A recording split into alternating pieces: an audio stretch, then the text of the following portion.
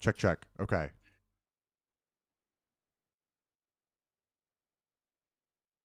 Hmm. Sure.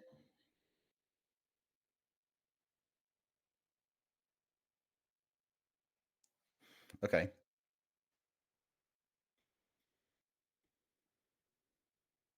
Hello, and welcome to Conversations with Catholics. Today I'm joined by my most time zone different and geographically different guest ever, I think, Peter from Seeker's Tavern. How you doing? Welcome to the show.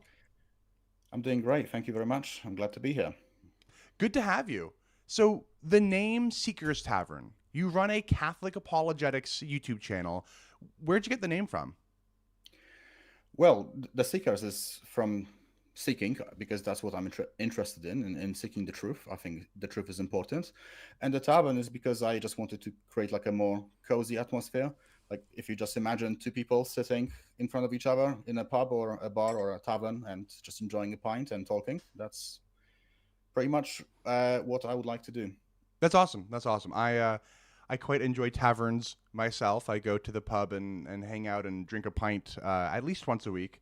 But not right now because on the east coast of the U.S. it is 9 in the morning, and so I'm drinking coffee right now. I know it's significantly later in the day for you, um, Yeah, it's but 3 p.m. here. three. Okay, okay, nice, nice. Um, I've got a question for you. So we revealed that the time zone difference is at significant. That means that you're not based in the U.S. I think a lot of my channel is I don't say it. I think this is just kind of part of like how I was my experience is with United States Catholicism.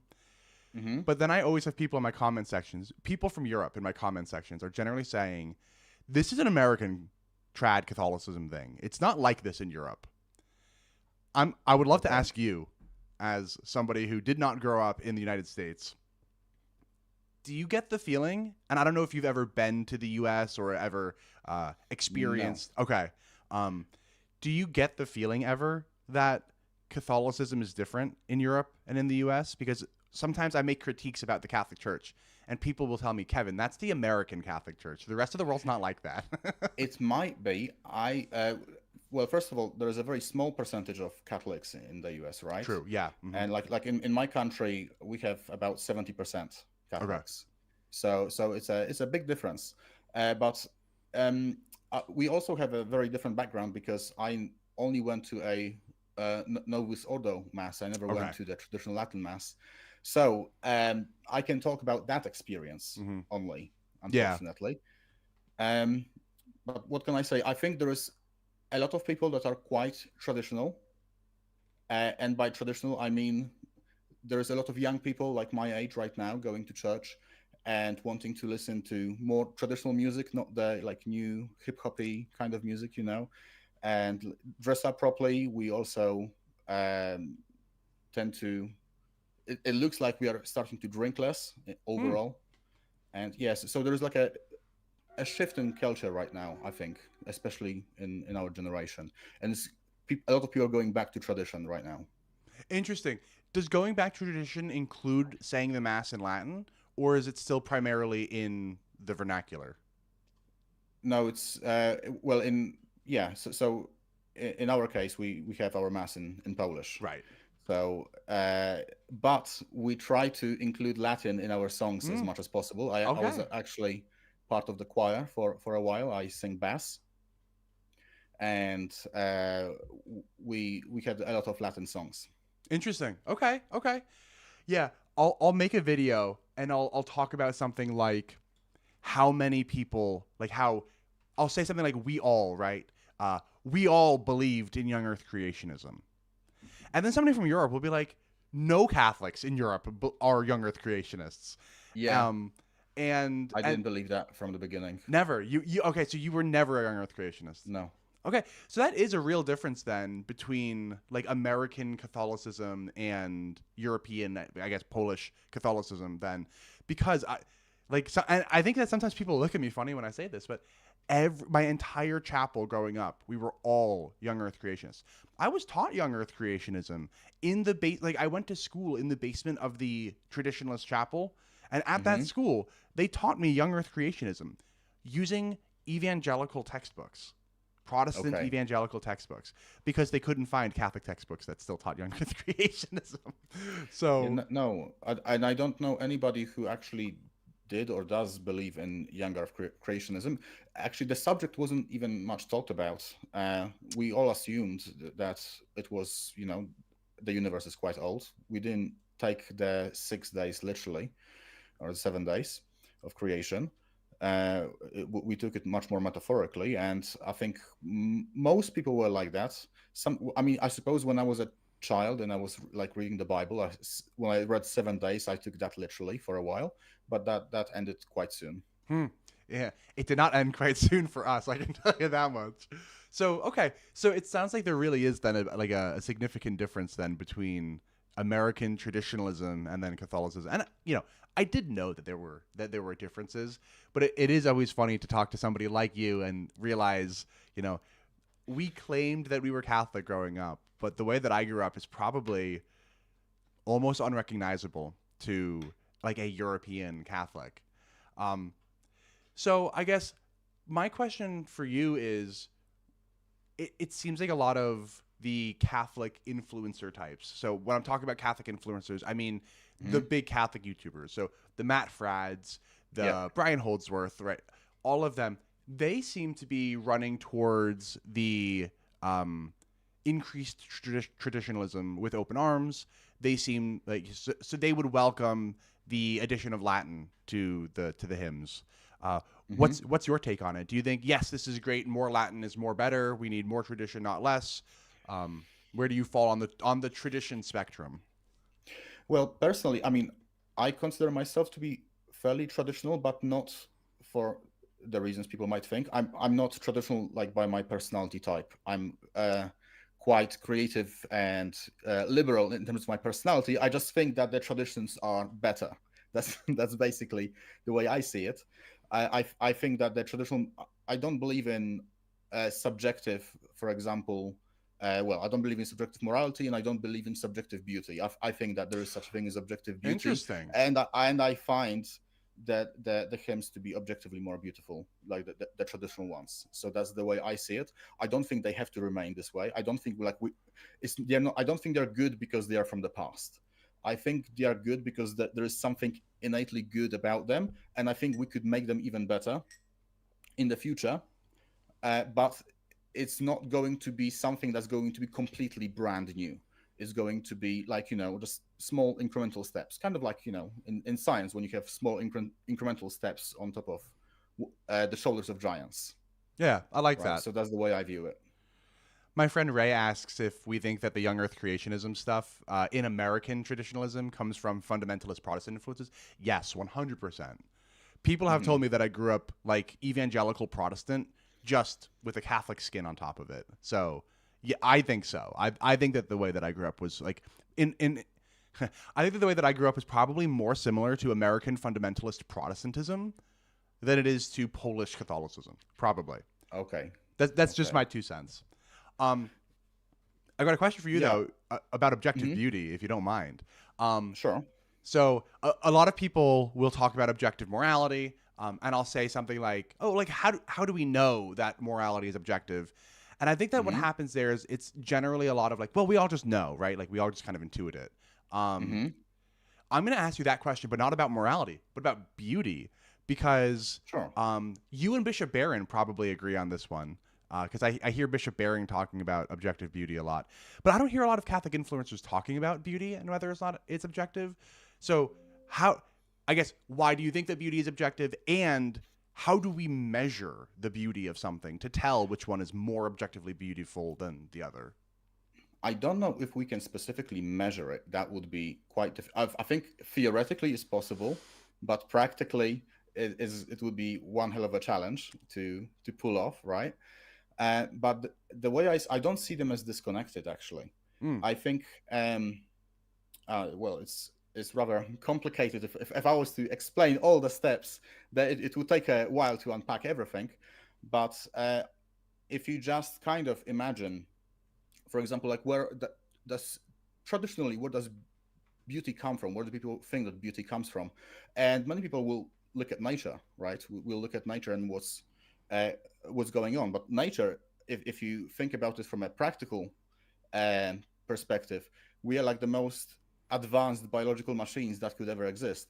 So it seems, and everything that is good about us is kind of like, even for the evolutionary process, it's a lot of it is practical, and if anything that wasn't practical, it was weeded out for through natural selection. So any beauty that we see is inherently connected with what is also practical or good in this way, right? That's the way I see it. And the beauty is kind of like just the outside. It's just how we see the outside, but the outside comes from within. It comes from some process or from some source.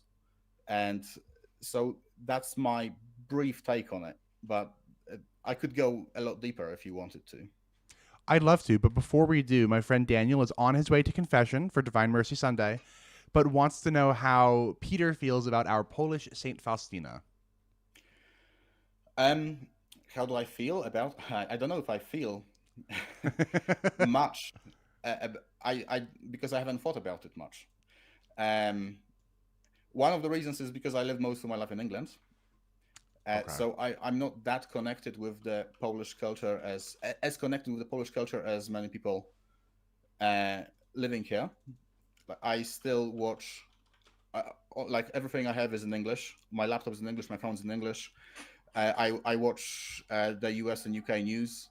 So I don't even know what's happening in my country most of the time. So that's my answer. I just don't know. Sorry. No, that's good. That's good. Um, so I have a question about maybe it's not even a question. Maybe it's some gentle pushback, and I'd like to get your opinion on this. Sure. So this is going to come as a shock to absolutely everybody, but I'm a big nerd. I know you would never guess it by looking at me, but I love the Lord of the Rings, and so I pulled up a my ebook copy of the Lord of the Rings because I seemed to remember Galadriel talking about how she would be both beautiful and terrible at the same time. So I found the quote.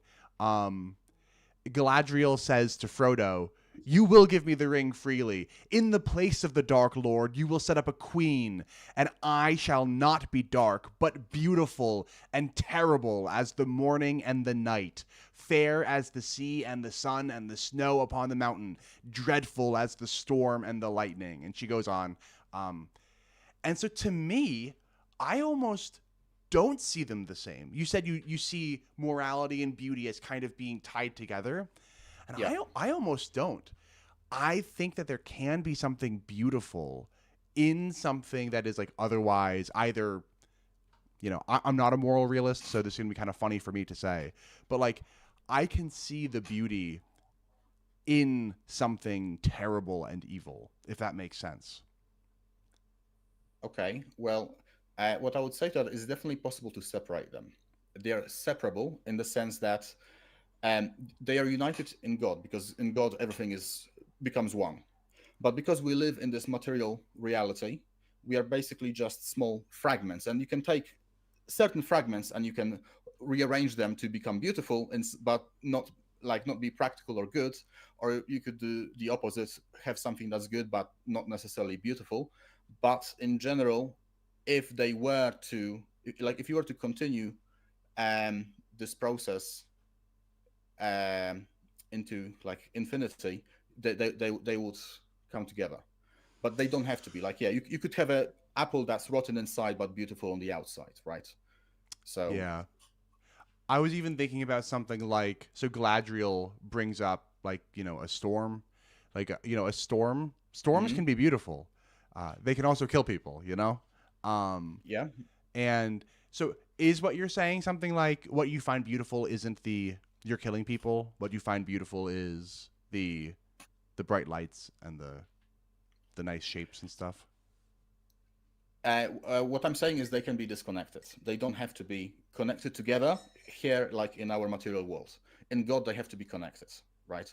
And we our like job as well, maybe you're not Christian now, but our job as Christians is to try to, reach and be like God. And so in that we should be uniting both beauty and goodness. And I can try to explain it in a couple of ways, but one way I can see it is like, if you can just imagine a painting. So you're starting with the beauty side, right? So a painting is just a fragment of reality, right? It's 2D, it's not 3D, it's not moving, it's just a snapshot.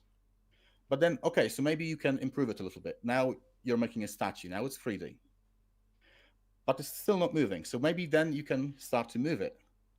And now, since now it's moving, it can move in more or less beautiful ways, for example, right? So now you have like a moving object. And at that point, as soon as you like introduce movement, you're starting to introduce morality as well, because that's less action, right? Morality is all about action, about what you do, not just how you look. So if you just keep increasing, like if you keep adding the layers of reality, eventually they start to come together. They are separate when you like abstract them. If you look at the abstraction, then and what a painting is, or a photo or something like that, is literally is just a snapshot of reality. It's not reality itself. It's disconnected from reality, right? It's just a small aspect of it. And if you keep adding more and more reality into it, eventually you can't avoid adding goodness into the beauty. That's the way I see it. Yeah, no, that is interesting to think about, like how the motion adds beauty and morality, but I guess like a 2D painting, one 2D painting could be more beautiful than another 2D painting. But the one painting is not going to be more or less moral, because that doesn't make sense, because it's just a painting. Well, it's representing something that is real, right? Sure. So the goodness would come from the thing that is representing. But the painting itself is not like goodness itself, but it can represent something that is good. Like if you have a painting of a loving family, for example, right? Then it's not a loving family, but it's representing that. It's a symbol. Sure. What about something like a landscape? What if there are two paintings of two different landscapes, and one of them is a tropical island, and the other one is like a snowy mountain? Like one of them, people, if you ask them which painting is more beautiful, and let's say that both of the paintings are very well done, if people have to pick one, I guess they'll pick one. Mm-hmm. But I don't know if I don't know if they're trying to make a moral statement about, therefore snowy mountains are more moral. No. When we are doing that, we are focusing on we are focusing on the beauty side, right? We are focusing only on this layer of reality. We are abstracting it from the rest. But that's what we are basically doing when we're looking at a painting. We're just, it's an abstraction. And that's fine, but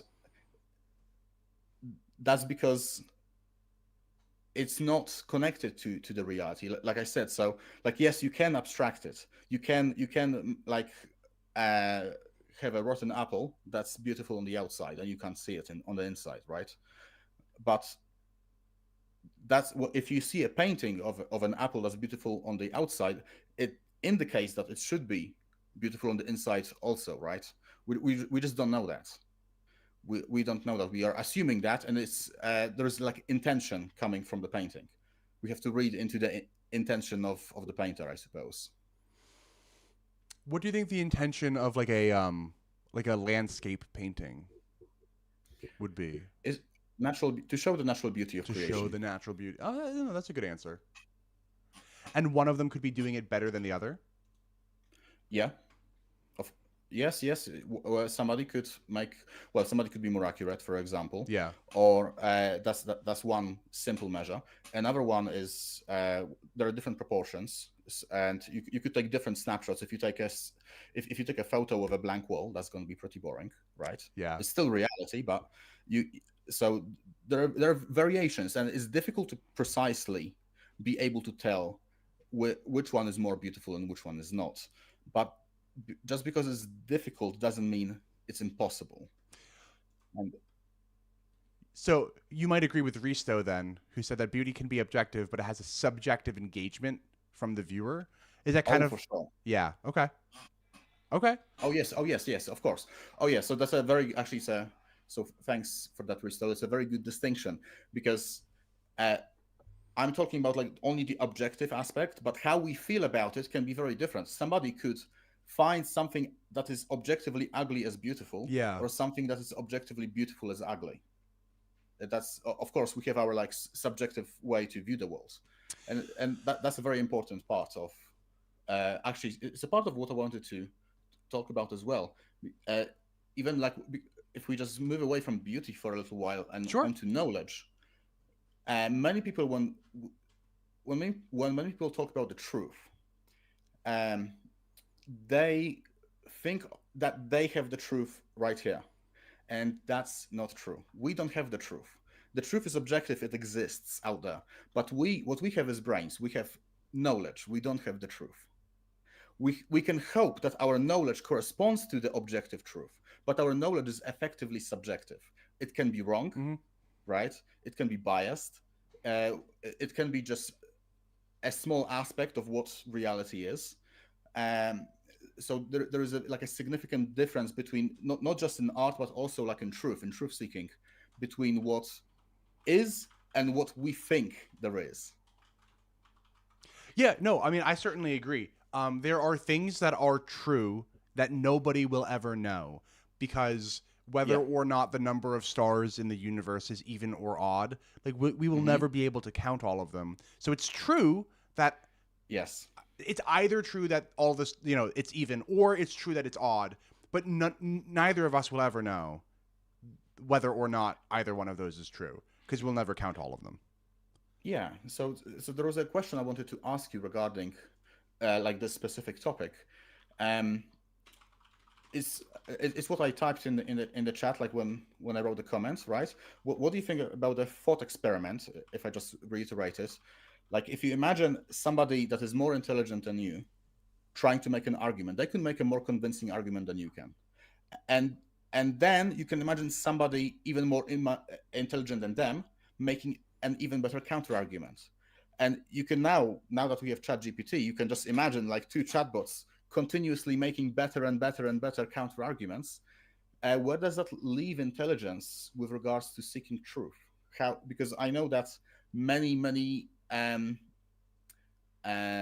agnostics and atheists are very focused on logic and on intelligence, but it seems to me like if you're more intelligent, you're not only better at seeking the truth, you can also be better at seeking a lie. You can be better at deceiving yourself. It's so intelligence seems more like a power that needs direction, Yeah. right? Yeah, no, so I agree that it's not hard to imagine that there's somebody smarter than I am who disagrees with me. Mm-hmm. It's not Yeah, hard to we can imagine all do because that. it's almost certain. It's not almost. It is certainly true that there are much smarter people than I am who disagree with me, and then there are probably smarter people than them who disagree with them, so on and so forth. Yeah. And all that leaves me with, I think, is what I try to call an honest agnosticism, where I am Mm-hmm. saying, yeah, I have beliefs. I could be wrong. But, Okay. here are the beliefs. This is why I believe them. And I will continue believing them until that smarter person explains to me why I'm wrong. And once it's obvious to me that I was wrong, oh, okay, great. I'll change my mind. But until then, all I can do is the best that I can do. And so that's, everybody's been watching me for as long as I've had this channel, do the best that I can do. Mm-hmm. And oftentimes the best that I can do is not very good. Unfortunately, I'm just a fallible human being, It's true for all of us, Yeah, right? I wish I was ChatGPT, right? I wish I was a machine and I was a, perfect logic, whatever. But I'm not. I'm just a human being. And so I've made mistakes publicly on this YouTube channel and then issued correction videos to the mistakes that I've made. I've done that a few times. And I will continue to do that for as long as I make videos, because Mm-hmm. as long as this mouth is moving, I am making mistakes. And that used to bother me a lot, like a lot. Mm-hmm. But then I think it almost brought a sense of peace, or maybe I gave myself a sense of peace by thinking that all I can do is the best that I can do, and there's almost no sense in worrying about in worrying about me not being the smartest person. Like, I think that's okay. I think that's okay that I'm not the smartest person. I will Yeah, use and my, even if you yeah. were, I don't. Even if you were, I don't think it would necessarily make you better at seeking the truth. Mm. Because if you don't, if you're not aligned properly, if you're super intelligent, you're going to be going in the opposite direction at super speed, right? So what that leads me to, what that led me to question is, one second, what's the missing variable, right? Like if intelligence can go one way or the other, what's like, what are we missing? What else is there that makes us believe one thing or the other? Because we all have Oh, beliefs, right? yeah. We all have them. And at the end of the day, I think it is ultimately subjectivity that Like leads us into one direction or another. bias and stuff. Not necessarily bias. I don't think. I think that's a. I think subjectivity got a really bad rap because subjectivity is not just bias. It's much more than that. Every single decision we make is backed by some subjectivity. We do something because we want to do it. Anybody that wants to seek the truth, they do it because they want it, right? If you didn't want it, you wouldn't do it. There are many people who don't want to seek the truth. It's a choice, Mm-hmm. but that's not necessarily bias, right? It's still subjective, but it's not bias. Yeah. Yeah. That's a good point. So it's a important distinction. So now the question is like, um, what came to my mind is, okay, so here's like subjectivity. I don't know what exactly it's comprised of, but obviously we have some subjective attitudes that will get us closer to the truth and some that won't. And we all know that. Like if you speak to somebody who's very prideful and not very humble, are they more likely to find the truth or not? No, because they'll never admit that they're wrong, right? Exactly. Yeah. Exactly. That's one example, right? Another one is somebody who's ignorant or somebody who actually goes and tries to find the truth. So, like, curiosity is Yeah, a curiosity, trait that will exactly. make somebody more likely to seek the truth. That's right, Yeah. exactly. Yeah, so if somebody wants to actually seek the truth to the best of their ability, we shouldn't only be looking like at the arguments. We should be looking inside at our subjectivity to see how aligned we are, because like obviously we've all been sinful in the past, right? We are, none of us are perfect. None of us are always humble. Sometimes we like to brag. So that sometimes we like to think we are right when we are not. That's something that has to be examined, right? Mm-hmm. So there's a couple of things that somebody I think should do if they actually wants to seek the truth. They have to investigate which type of subjectivity aligns with the truth and which one doesn't, and then they have to kind of do like a reflective reflection upon themselves of what they are like and if they align. And after that, after they find out where they actually are, they have to come up with a strategy to become better. And that is effectively what can see in many religions. Many religions do this, right? There's like introspection. They like going to confession just by itself. That's examining how well aligned you are. We examine our pride, we examine our sloth, laziness, and other sins, right? All of them can get in the way of truth. So something like that, some kind of a process like that, I think is necessary, and it is present in religion. But I don't see it present in the agnostic or atheist world. I don't see that present very much, and that worries me, because what if you don't know where you're aiming? How can you know you're going in the right direction? So that's my question. Yeah. So I have a couple thoughts. I'll list them, and I'll list them, but some of them aren't exactly going to answer your question, so I'll return to those. Sure. The first is that I do want to push back a little bit on the idea that something like confession is purely introspective and just only gets rid of subjectivity. I have this theory of confession as also something that actually reinforces belief in Catholic doctrines. I'll return there because that doesn't answer your Mm-hmm. question. Your question was more about like, does that exist in secular culture? And part of me wants to say no, like there's no secular confession. there's therapy, but that's not the same thing. Mm-hmm.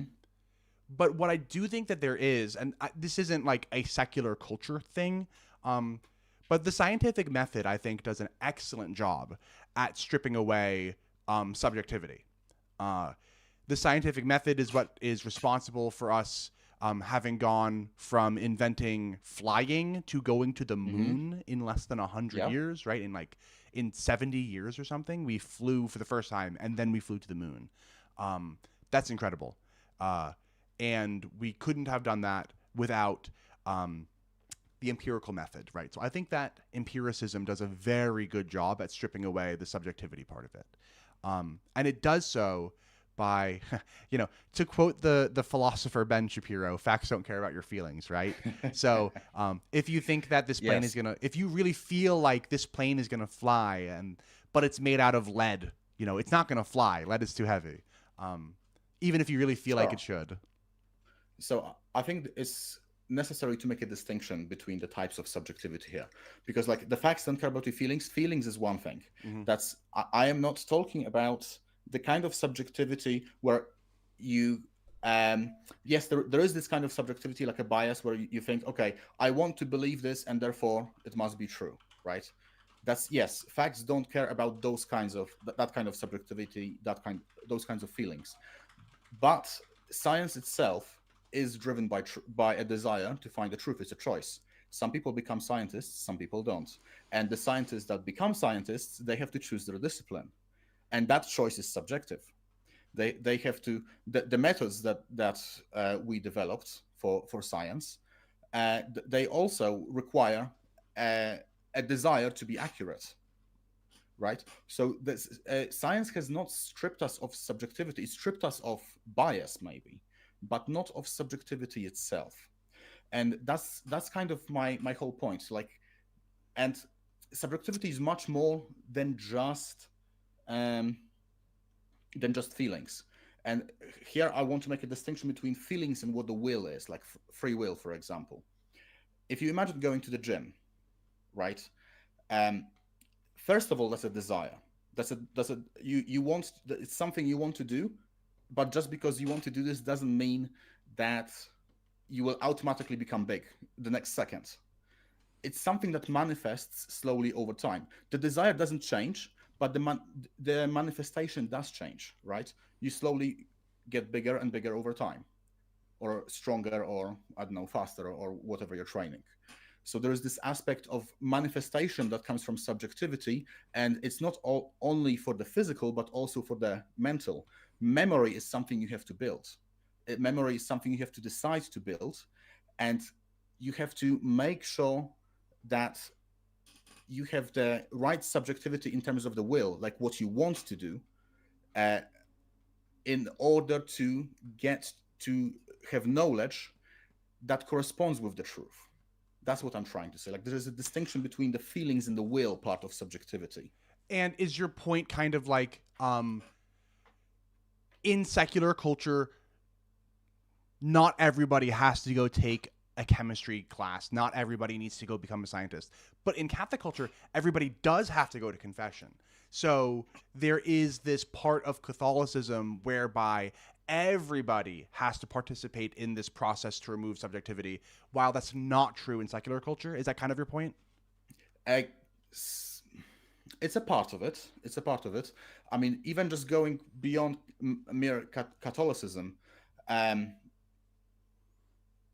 it's you can also find this in other religions, right? Many, like the many Buddhists, for example, they meditate upon and try to, like, find their desires and move, detach themselves from the desires. Hinduism has something similar as well. So it's not only Catholicism that has this. I'm speaking like more broadly here, that there is a bigger tendency to focus on this part of subjectivity that is necessary, absolutely necessary for finding the truth, which is present in most religions, I think, that is not necessarily present. It can be like, you could be an individual who actually does all these things by yourself. You don't have to be religious to do an introspection of who you are, but I don't see a general tendency to do that. I don't see most most of the like big atheist YouTubers, nobody talks about that. And there's no aspect of this in any secular culture. I think that I agree that secular culture doesn't try to secular culture isn't trying to make people undergo a process that removes subjectivity.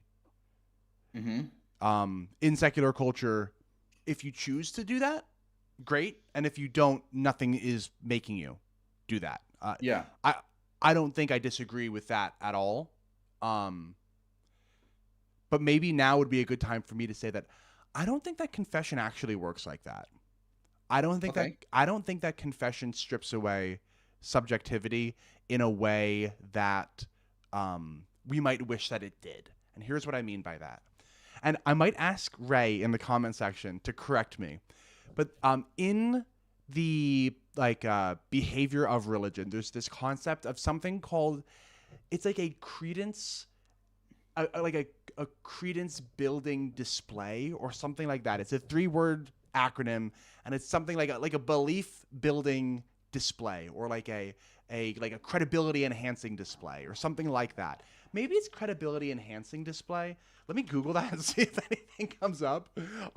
But what a credibility enhancing display, or whatever the actual expression is, what that is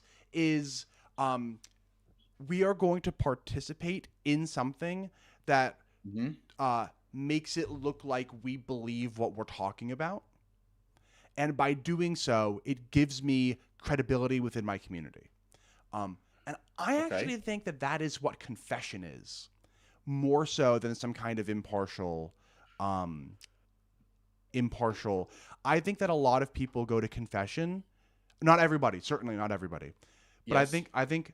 So I can tell you why I went to confession when I was Catholic. Sure. Well, to be 100% honest, at the beginning I went because I was a kid and my parents made me. Like, I didn't have a choice. But then as I got older, I think a lot of it was about enhancing credibility. I think that it was kind of like, hey, look, like, I do this because this is what we do in my culture. It wasn't really like I'm doing this because I want to be impartial and I want to strip away any subjectivity.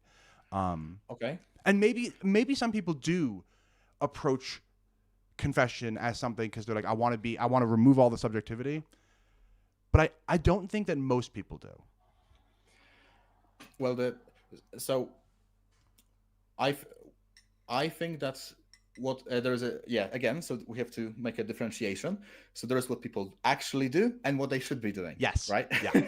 Yeah. So I agree with you. I think the vast majority of people. I mean, if you just look at the statistics on Catholics or any religion, like the vast majority of people don't even go to church. Yeah. And so the ones that do, like, there's going to be a gradation, right? So yes. Yeah. That's what you were just saying. Because or terror of hell. Yeah. That you were making the same point. Yes. And when I was younger, I went to confession because I felt like it was an obligation. It's just something I have to do to receive communion. I didn't, me personally, I didn't feel like I didn't really care about how that made me look so much. But a part of that is because I was very rebellious, and if I decided that I'm not going to do something, I'll tell everybody about it, and I won't care what they think. And I actually left religion at one point. There was a point at which I left all religion, and I told my mom, hey, I'm not going to go to church anymore. And was she okay with that? And no. Okay, yeah. She begged me to go, and I decided, okay, just for the sake of my mom, I can go one last time. And I did go that one time. But soon after, I said, okay, this is my goodbye. I'm officially no longer a believer in any religion from now on. So that's what I decided to do. But very quickly after that came, okay, it's like there's a sense of liberation. Like, finally, I'm not tied down by all these rules. And there are reasons why this happened. Like, if you want, I can give you a very brief history of how that happens. I don't know if... Sure, yeah, I'd love that. Yeah, so basically, when we moved to England the first time, uh, I was Catholic because I was raised Catholic, because the majority of people in Poland were Catholic. Mm-hmm. But suddenly I met a lot of Hindus, Muslims, atheists, people from all other religions, and I've seen some of the videos. I know you have a similar experience, like Yeah. at university, right? Mm-hmm. For me, it was in high school, and at some point I noticed like they can do things I can't do, which we consider sinful, and that kind of made me feel left out a bit. And on top of that, I started to think, 1 second, if I was born in their country, why then I wouldn't be Catholic, right? If I was born in a Muslim country, I would be a Muslim. If I was born in a Hindu country, I would be a Hindu. So why am I even believing this? And that was like the... I don't think it's a good argument against faith, because just because there are other religions doesn't mean that the one that you have is false. But I had no backing. I had no reasoning in following the religion that I did. I just... it's a good argument against people who do live in a religion that is from their parents, right? That's not from that they didn't decide to follow themselves. So that's effectively what caused me to leave. But soon after, and this is something that I don't think... I haven't noticed many people do. As soon as I left, I started to feel empty, in a sense that, okay, I am now free. What now? I don't know. I have no idea. What do I do now? Like, I have to live my life somehow. And then I started to ask questions like, okay, so if that's not the truth, then what is? And I feel like that is this kind of subjectivity I'm talking about. A lot of people that I see, like including my family members that left religion, and my friends, because I had many friends that left religion, that also was a part of the reason why I left eventually. I see a lot of people leaving and then not asking, okay, so what is the truth? They just go to a place that is empty and they are satisfied with that. They just don't care, kind of. They're not care. They're not curious, maybe. Because they never cared about the truth. What they cared about is leaving the religion. Yeah. Right? Yeah. So the subjectivity is important in that aspect. You have to ask the question. That's where questions come from, by the way.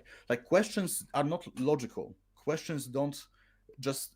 a question must be preceded by some subjective attitude. Yeah. You have to be curious enough. You have to want to know the answer. You have to want to know. Yeah. You have to want to know, exactly. If without subjectivity, there would be no questions, and without questions, there would be no answers. Mm-hmm. Right? So at that point, I wanted to stay away from the Bible, from the Quran, from any other holy book. I didn't want to touch anything, for the fear that as soon as I read it, it will be better than what I have now, and I will just latch onto it without thinking. So what I thought, okay, so what can I trust? And that's where I started to look into the natural world, into the sciences and into nature, because that's something that we all share. That's something I was certain I can be sure about. And not just science, but also like philosophy. So I started to go more in that direction.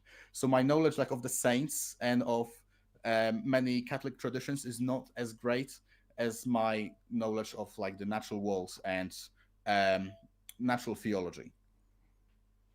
And yeah, so I started to ask myself basically 3 questions at that point.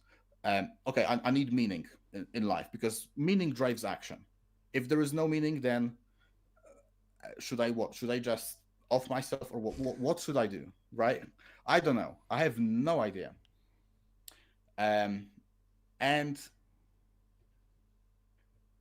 this emptiness drove me to start to ask many questions, and one of them that really hit the spot is a kind of a variation of, I can't remember what this argument is called.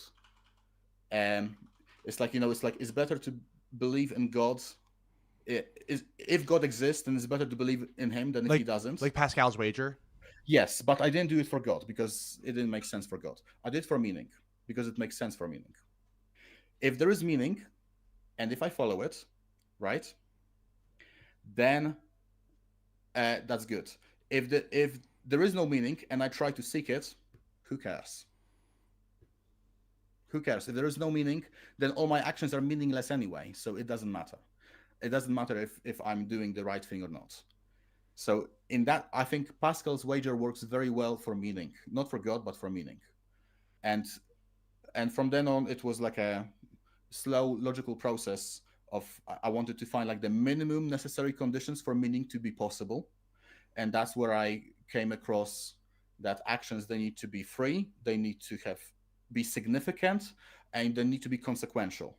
And from that I extrapolated into free will, objective morality, and into immortality effectively. All of these would have to be necessary at a minimum, otherwise I couldn't see any possibility of meaning to even exist. Keep going. I don't want to interrupt you. I have a question about that, but I don't want to interrupt. Keep going. So straight away, as I saw that, I thought, okay, like that sounds very similar, like very familiar. I just left a religion that believed in all these three things, but I didn't come to them through faith. I came to them through an understanding that they would be necessary for meaning. It doesn't mean that meaning exists. It just means that they were necessary for meaning to exist. Right. And I didn't believe they were true. I just thought that they were necessary. And if I was hoping that they could be true, perhaps, and so I started investigating. But at the whole time, I thought, like, I can't see how free will is logically possible. There is no evidence of the afterlife. And objective morality, who decides and why? So all these three things that I thought were necessary for meaning, I didn't believe in them, and it took me some time to work through that. Now I can back all of them, and now I'm at a point where I think I can back all of them. But that was basically my coming back to Christianity slowly. If you don't mind, can I put up a bunch of questions from the audience? Yes. Because the audience had a bunch of questions for you while you were outlining this whole thing. The first one, this comes from right at the beginning, and this is my friend Pick and Choose. And just for a little bit of background, Pick and Choose is still Catholic. Okay. But is just he's frustrated, I think. And don't let me put words into your mouth, PC. Go ahead and leave me a comment if I word things wrong. But PC is frustrated by how elusive the truth can be. It would be great if the truth was easily accessible to everybody, but it's not. So, Pick and Choose says that the people who leave religion, they might not just be not curious. They might be curious. They might want to find the truth. But they've just given up after they've realized how elusive the truth actually is. And I think that's fair pushback. I don't think that everyone who isn't looking for the truth is just not curious. I do think that there are some curious people who simply yeah. What do you think? Yes. Okay. So I do agree that the truth is elusive in this sense.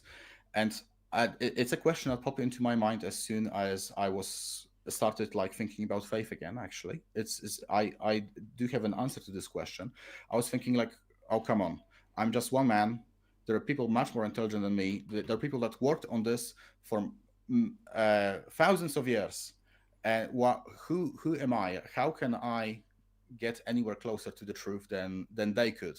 It seems like, and even if I do try, there is no guarantee that I will actually find it. And my answer to that was, the process is more important than the destination. It doesn't matter whether I find the fullness of the truth, because that's never going to happen. None of us will ever reach the absolute fullness of truth of all kinds. But what I did think is that any truth that I can know will be worth its weight in gold. That was my sincere belief at the time. So I cared less about how much I can know, and just like you said, I just wanted to do as much as I can because I knew that it would be worth it. And that is a decision that can be made, right? That is a choice that can be made. Yeah, and I think that I think that PC's point here is that a lot of people do make that choice and they just don't get very far. You know, like they agree with you. Like, yeah, hey, any Mm-hmm. kernel of truth that I can find will be worth its weight in gold. It's just Mm-hmm. that I think that they've been looking for those little kernels of truth for a very long time and they don't feel confident at all that they've found any. And that can be like discouraging. You know, I don't know that you two are even disagreeing with each other. I just think that like you might be both agreeing that like yeah, it would be great if we could find like hey, Mm-hmm. finding the truth, even just a little piece of the truth is worth its weight in gold. It's just that Mm-hmm. some people are not at all confident that they have it because of how elusive the truth can be. So I don't think you're even disagreeing with one another. I think that you're agreeing that the truth is worth its weight in gold. It's just that you might disagree on how easy it is to find those little nuggets of truth. That's how I interpret it. Yeah, and it's different people will have different abilities, and so it will be easier for some and more difficult for others. That is true, and not only that, it's also what I said about like the manifestation aspect. Uh, Once you're going in a certain direction, it's a matter of time, right? If at that point there's many things I didn't know, but because I had that subjective attitude, over time I started to gain more and more knowledge, right? And I started to learn more and more about the truth. So I think that if the attitude by itself can make somebody to be either like a Catholic or an atheist. If somebody's a Christian right now and they have a very skeptical attitude, I think that in time they will become an atheist.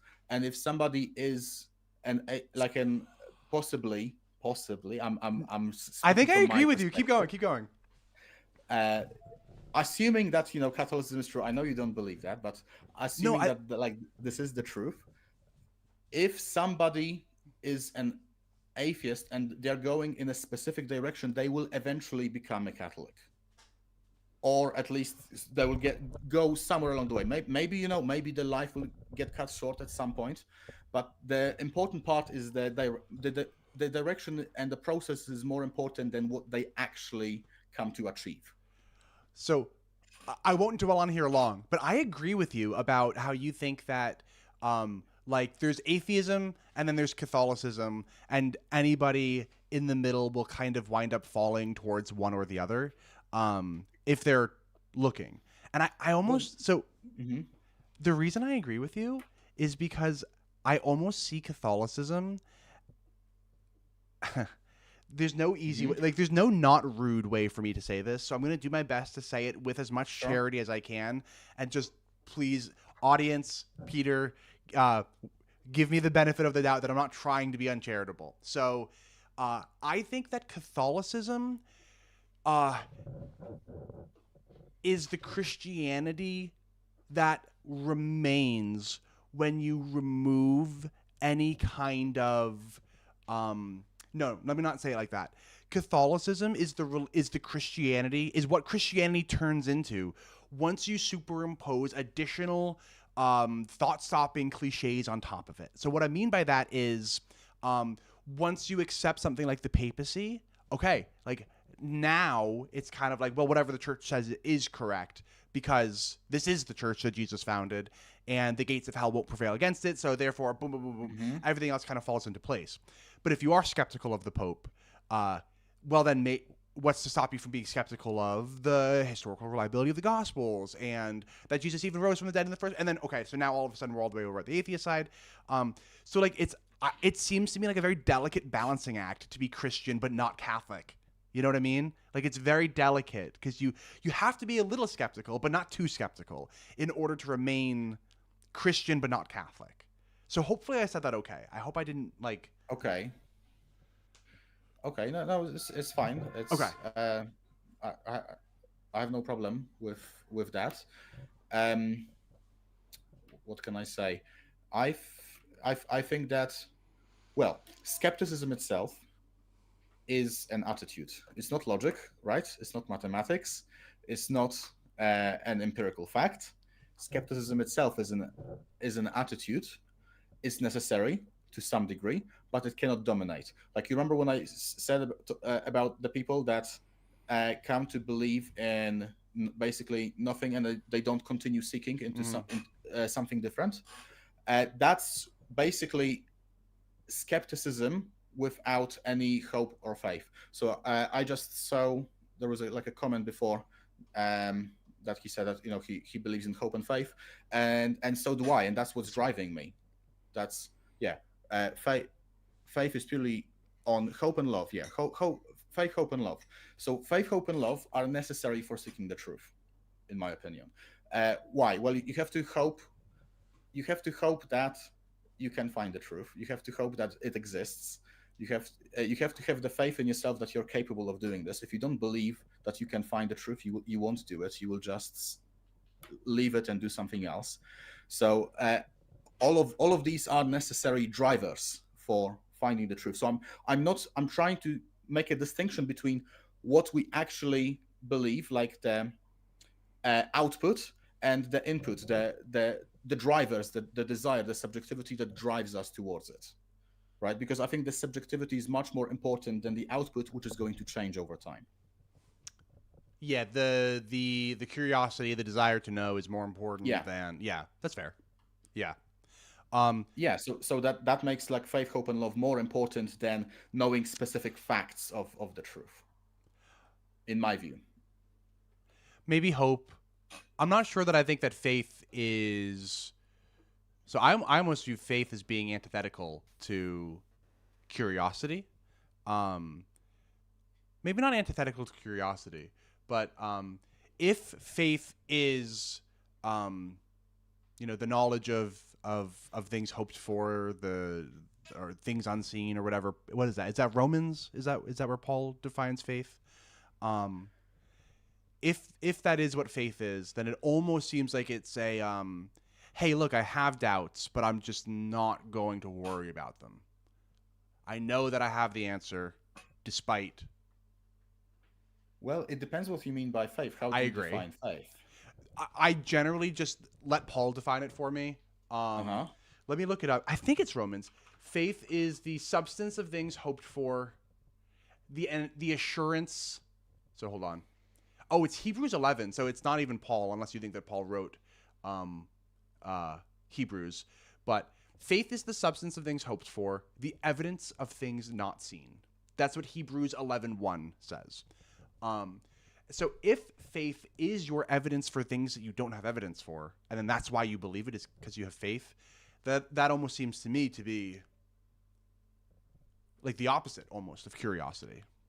Okay, so well, first of all, faith can be divided into two aspects, and it's something I've noticed that there's a lot of like talking past each other I agree. between the secular and the religious, because faith is not just about knowledge. Faith is also about action. It's about the will. It's like, for example, um, if you see a burning building and your child is inside, right? You can say there is like a 5% chance of you saving the child. Doesn't matter. You're gonna go and risk it, right? When Elon Musk started his company, he said he thought he was probably going to fail. That's what he was thinking about the knowledge, right? He thought he was probably going to fail, but he decided to do it anyway.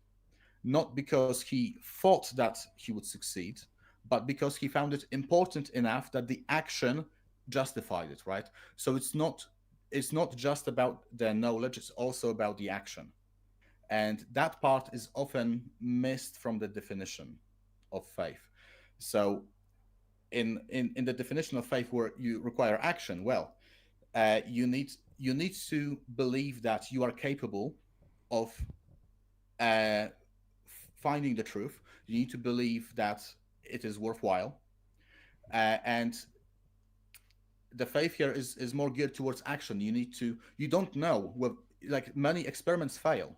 You go and you think that you have an idea. You design a scientific experiment, and it shows you that no, you were not right. You were wrong, right? But that requires you uh, to have a certain type of faith that um, it's worthwhile to do this, despite the possibility of failure. right? So it's not just about knowledge, and that's something that's I think like worth highlighting. Um, so part of me doesn't disagree with you at all because I do think that people often will run into a burning building to try to save their child despite Yeah. knowing the risks. I wouldn't call that faith. Um, I would kind of call that something like, so when the parent runs into the burning building to save their child, um, they might know that their chances of getting out alive are really slim. They just don't care because Yeah. to them they've they haven't thought about it quite this logically, but in their heads there's a cost benefit analysis going on. So the cost is potentially I'll die, but the benefit is Mm-hmm. I will save my 6-month-old baby or something. Mm-hmm. And like they are very willing to die for even a slim chance to save their Right. baby. And I don't think that's faith per se. I think that's just them doing a cost benefit analysis and realizing, yeah, this is worth it. It's worth the And risk. I think one of the reasons why you don't think it's faith is because the definition of faith that you said, or well, not from the Bible, but that's of focusing more on the knowledge, is very ingrained in our today's society, especially in this secular society. Uh, I did see. I actually saw this distinction mentioned a couple of times. Like Jordan Peterson, for example, he Yeah. makes this distinction, right? Where you have faith is not just words, but it's also action, and also unsolicited advice. I don't know if you know this channel. He talked with Alex O'Connor a couple of Yes. times. Yeah, he's Yeah, British. yeah. He The also, British guy, right? yeah, Yeah. yeah, the philosopher. Yeah. He also made the same distinction. Like there's the knowledge and there is the action, and it's I think that it is also faith because like if you think about it, many people that have faith they will sacrifice themselves for a higher goal, Mm-hmm. and they say they do this for their faith, right? It does happen. Yeah. I almost think that we need two separate words though to discuss these two different things because they are Yeah. like these concepts are quite different.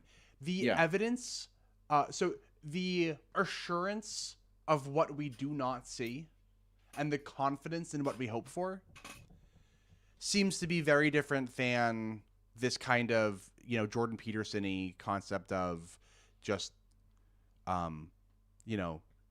belief sufficient enough to cause action. Like I put money into my retirement account instead of spending it all today because I think that the global economy will still be running when I retire. If I thought that there was going to be a nuclear apocalypse tomorrow, I wouldn't save any money today. I would spend it all today because tomorrow we're all going to die. Is that faith? I mean, Jordan Peterson would say yes because it's it's causing me to take action. But the author of Hebrews would seemingly say no. The author of Hebrews would say that faith is the confidence in what we hope for. And I wouldn't say It's both. Well, for us Catholic, is both. It's both the action and the knowledge, right? It's and but the faith here is trust based. In terms of knowledge, it's trust based, right? So it's not like we believe something completely arbitrarily, just because we want to, but and this is like but we have repeated experience of somebody. We have a repeated experience of somebody doing something over and over again, like Jesus performing miracles, for example. Like you have the doubting Thomas, right? The Thomas doubted in the end, and some say that that when Jesus said that you need to have faith to blessed are those who believe but do not see.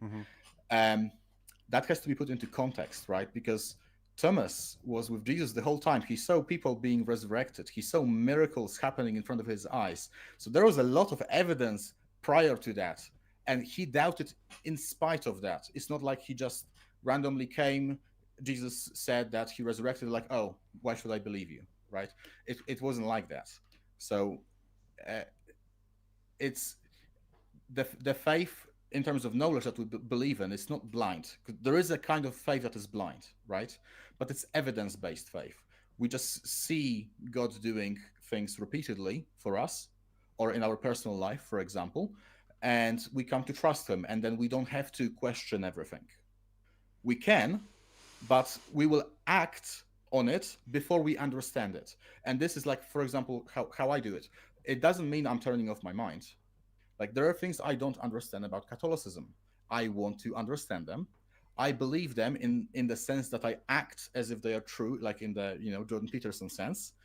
Um, but I don't understand them, and I want to learn more about them. And there is not necessarily a contradiction between the two.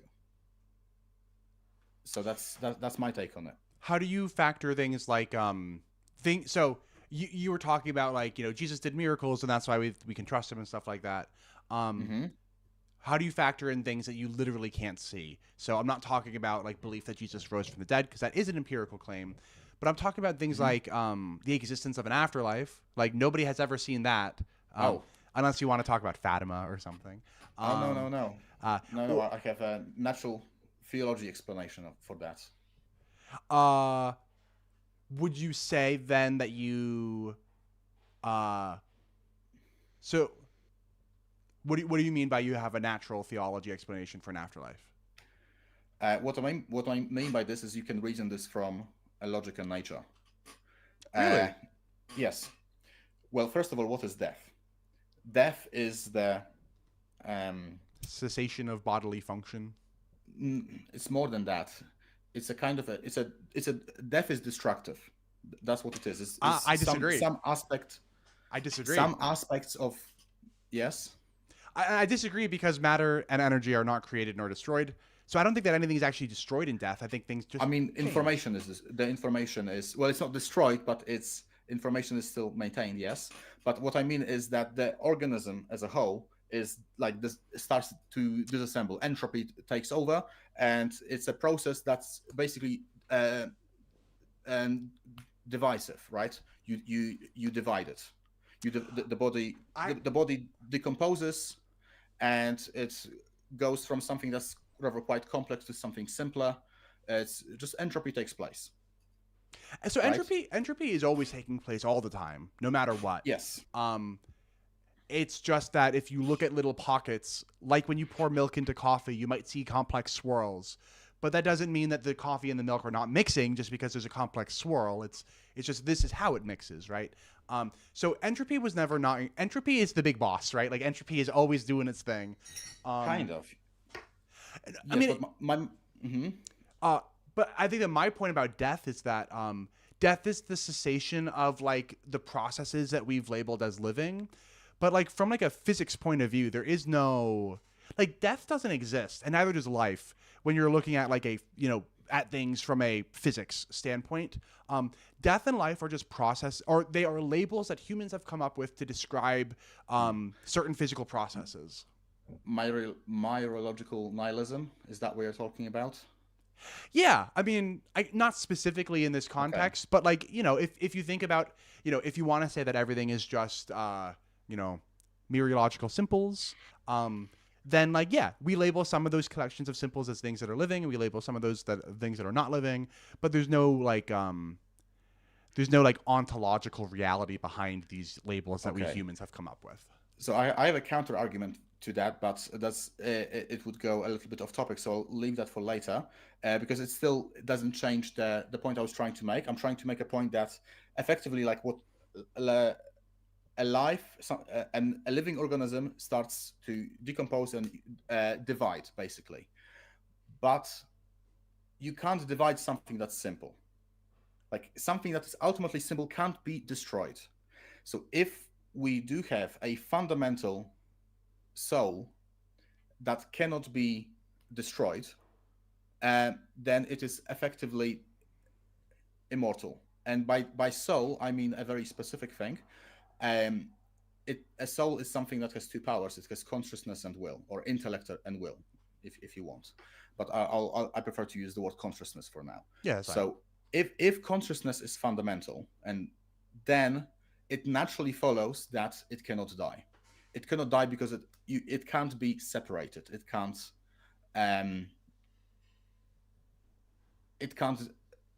decay, basically. It can't decay. Only complex things can decay into simpler things, but something that's ultimately simple cannot decay any further. So the fundamental aspect of consciousness is automatically linked with immortality. If consciousness is fundamental, it's also immortal. Now, is it fundamental? Now, that's a separate question, right? And I do think it is fundamental. It's ultimately fundamental. It is different, and there are many different ways to go about this. The most important one, I think, is imagine that I'm a person that's colorblind. I cannot see red. Can you explain to me what red looks like? No. Why? Because it's an experience. It's a brain state. It's a subjective experience. Is it the brain state? I think so. I don't know about that. I don't think so. That's the thing. And here's why. Well, first of all, it's an experience, right? It's an experience we have, so it's an empirical observation. It's not something that is just imagined. We have direct access to our consciousness, and I know I'm conscious. You know you're conscious. I assume you're conscious. I can't know that for 100%, but you yourself can see that you're conscious, right? Yes, it's I think therefore I am. It's the only thing we cannot doubt in terms of like knowing things, and everything that we do know comes from subjective experience. All science experiments, they come through our subjective experience. Everything that we know and do is basically grounded in our consciousness. All truth is grounded in consciousness. We couldn't know anything if we were not conscious. So it has a very fundamental aspect in terms of epistemology, but here is a more like physical explanation. What exactly is light? Is light red? Like, is red light actually red, or is it just an oscillation of photons? That one. That's right. Yeah. Now, it reaches your eye. Your eye has rod and cone cells at the back of it. They transform it into action potentials. Action potentials are potassium and sodium ions, both positive, one more than the other, and they oscillate. So you're going from an oscillating photon to an oscillating potassium and sodium ion. Is that red? No. No. It then goes further into your brain, and now it's being processed through all the other neurons. But every single other neuron does exactly the same thing. So nowhere in the entire brain can you find anything that is actually red. Yeah. I don't think that red actually exists per se. What I do think exists... You can see it, but you just said you can see it. So when I say that I can see it, all that I mean is that I have a certain brain state that when I communicate to other humans, I describe it as red. That's all that I mean. I don't mean to claim that there's this ontological realness to this, substance of redness or something like that. That is not at all what I mean. What I do think really do exist are photons, right? I think that photons exist. Yes. And I think that photons really do oscillate at certain speeds. But you have a problem now. Go ahead. Yeah, you said photons exist. How do you know that? So I don't know it. Isn't it through your subjective experience of colors? If they don't exist, how can you know that photons exist? If the brain state is if it's just some kind of a process, how can you know that photons exist? Because the existence of photons is like, we know this because we can't see them directly. We can use many different indirect scientific experiments to see them, and it goes through a long chain that ultimately results in your subjective experience, right? Yeah. So how can you square that? So when I'm saying things like I think that brain states exist, note that I'm not saying that I don't think that anybody has any brain states. I'm saying that what you're describing as this kind of like you're prescribing ontological reality to things that I'm not. However, the things that I'm not prescribing ontological reality to, I think are totally explained by other simpler things that do have ontological reality. So what I mean by that is this. When I say that I think that my experience of the color red is indeed a brain state, I'm not saying that I don't have an experience of the color red. I'm just saying that what that experience is indeed a brain state. Like, if I didn't have a brain, my experience... So I mean, How can you know it's a brain state? So I can't know in the sense of like have Cartesian certainty, but I'll tell you why I know it in the sense that I just believe it very strongly. Whenever Hmm. I ask something that doesn't have a brain, what it experiences red like. So, hey, coffee cup, what do you experience red like? Ah, there's no answer, right? Because it doesn't have a brain. Um, and whenever I ask things that do have brains, if those things are capable of responding to me, by and large, they're able to tell me what their experience of the color red is. Now, here's something interesting. How do I know that you're not experiencing the color that I call red in the way that I experience the color that I call blue? Yes, I can't interesting know question. that. You We could can't know that, no. but it doesn't You're matter. But it doesn't matter. precisely. What matters is that you're experiencing something. Yes, I agree. Um, but because it's totally possible that what I experience as red and I call red, you Hmm. experience as red because you call it red, but that's what I would call blue. That is possible. That's entirely Hmm. possible. We can't know that that's not the case. And I think that that's a point against the ontological reality of redness. Um, How so? because I don't think that this concept of redness as existing as like this thing that really looks like the way that it looks would I don't think that that should be subjective, right? If it has some kind of I mean, it can't be subjective if it has an ontological existence. But if what has ontological like real existence is indeed the photons that have certain wavelengths, then that is Hmm. actually explainable because the wavelength of a certain photon it doesn't matter if you're measuring it or if I'm measuring it. If we're measuring the wavelength of that photon correctly, it has that certain wavelength. So I don't know the wavelength of the color red, but let's say that it's 600 or whatever.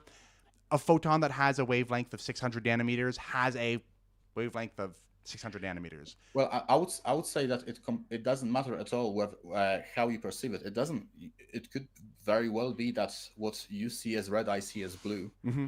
and there would be no problem with that. It could just be the brain rewiring to map a different subjective experience onto a different objective fact. But I don't think it's a point against like the ontological realness of subjective experience, because whether you see red or blue or any other color, you're seeing a color of any kind, and so that color is there.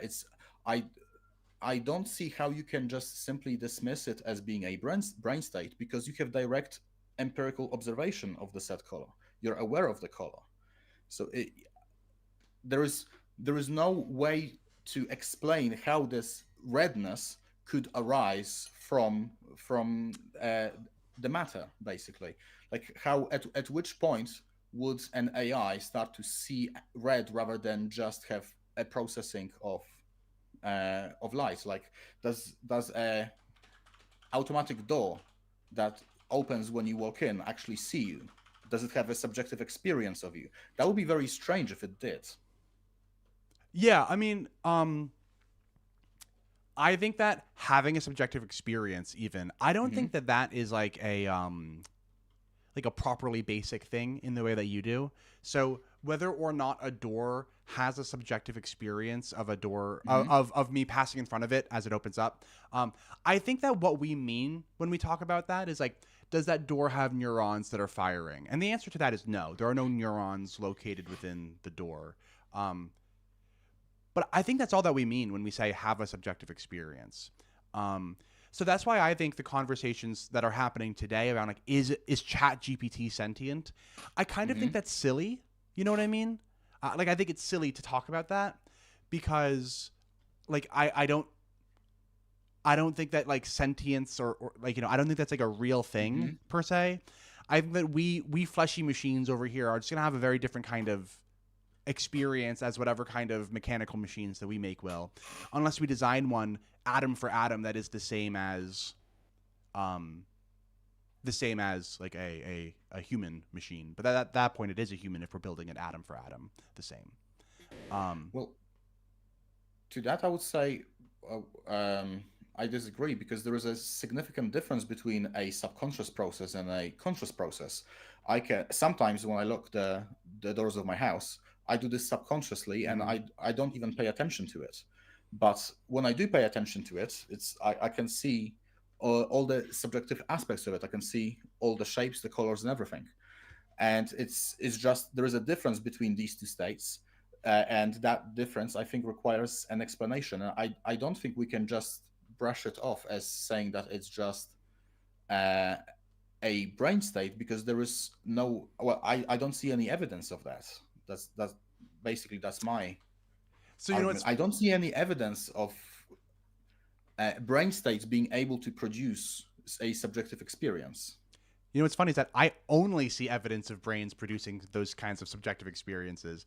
Whenever something doesn't have a brain, I'm finding out, well, if whenever I ask things without brains if they have subjective experiences, the answer is the Mhm. same every time, which is just nothing. Um, and then whenever I ask things that do have brains, I mean, I can ask my cat and my cat won't respond, right? Because it. Um, Okay. but if I ask a human, by and large, they say yes. Occasionally, they don't.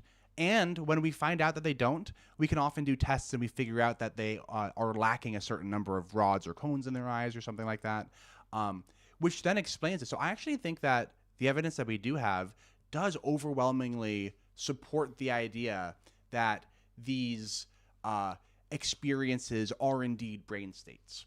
Um, but here's something that would throw a whole wrench in my plan is if we found minds that weren't connected to matter.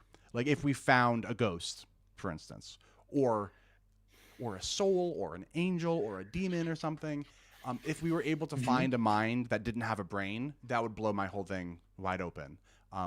But we haven't yet, which makes me think that um, mental states are brain Well, states. I would say I disagree. I think we found one. I can see one right now. You can see one, and all of us can see one. So I Well, think we have this experience, and what this experience requires a justification. Uh, it's not. I don't think we can just brush it away as being automatically attributed to the brain, just because it's like correlation doesn't equate to causation. It's the brain could very well be a receiver as an emitter. Like you have a TV, right? So the TV receives signals, and it's not necessarily that the TV creates the image. It could be just receiving the image, and I think that's what the brain is doing personally. I think it's equally likely, just from a purely like uh, observational point of view, it's equally likely that the brain is an emitter as it is a receiver, because just because there is a correlation doesn't automatically mean that it goes one specific direction and not the other. for the record, I think the brain is both an emitter and a receiver because, like, we receive, uh, signals from our eyes when Yes. photons hit our eyes. So in that sense, the brain Yes. is a Yes. receiver. Um, and I guess if we wanted to say that the brain is receiving some kind of communication from, uh, uh, something spooky, and by spooky I just mean like non-physical. Um, Hmm. and then yeah, I mean I'd be open to evidence for that. Um, I just don't think we've seen it yet. And with regards to we all see one non-physical mind. Um, I I think that is kind of question begging. Um, but also, what I think is really interesting is that um, whenever we take the brain out of somebody, they stop Hmm. having they stop having subjective experiences. And there are a lot of different ways to do this, Do right? they? Um, Do they stop having? If you as far take as we can away, tell, if you unplug the TV, then you can't see the image, but that doesn't mean the signal is not there, right? right? That means the signal's not there. But as far as we can tell, we don't we don't know about any signals. Like we can't measure these. We can measure a TV signal. We're not measuring any kind of signals like a supernatural signal to the brain or something. I mean, we are measuring signals to the brain, like photons, like to the eye to the brain. You know what I mean? Um, so I do think that the brain is a receiver in that sense. I just also think that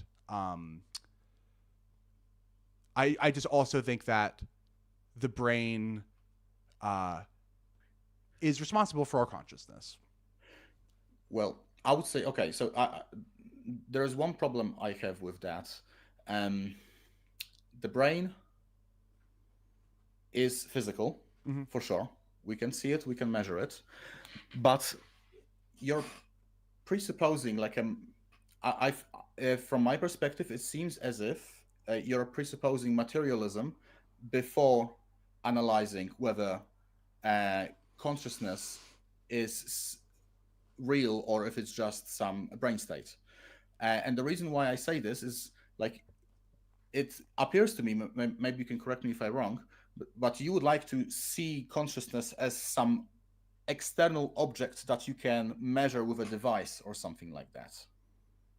Whereas that's assuming that consciousness is like matter, that it's something that can be measured in this way. Whereas we can measure consciousness, we can do this, but it's different. We don't measure consciousness using external tools. We measure consciousness using consciousness. We can be self-conscious.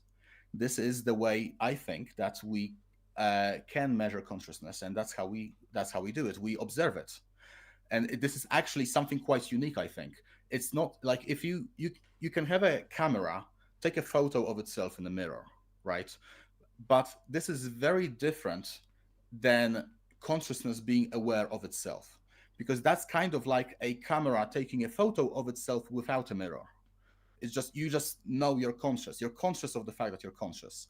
That to me alone seems like a special ability that is not available for matter, and it makes sense that it is this way. Like if you could observe other people's minds, you could then read their minds. You could, you know, if you could observe their free will, then you could influence their free will in a way. So if consciousness and free will, or the soul, if they are to be separate from matter, if they're to be non-material, then you cannot expect a material test to actually find them, because it will never happen, because it seems like it's trying to enforce a materialist methodology onto something that is not material, which will always result uh, in basically not finding it, right? So it seems like the philosophy comes first before the observation in this case. Yeah, so a couple thoughts, I guess. One thing is that I don't think of myself as like starting with materialism and then figuring out like, oh, therefore the brain must be. Instead, what I do is I don't assume either one, and then I look at these observations like, hey, whenever we remove somebody's brain, you know, they stop having conscious experiences, stuff like that.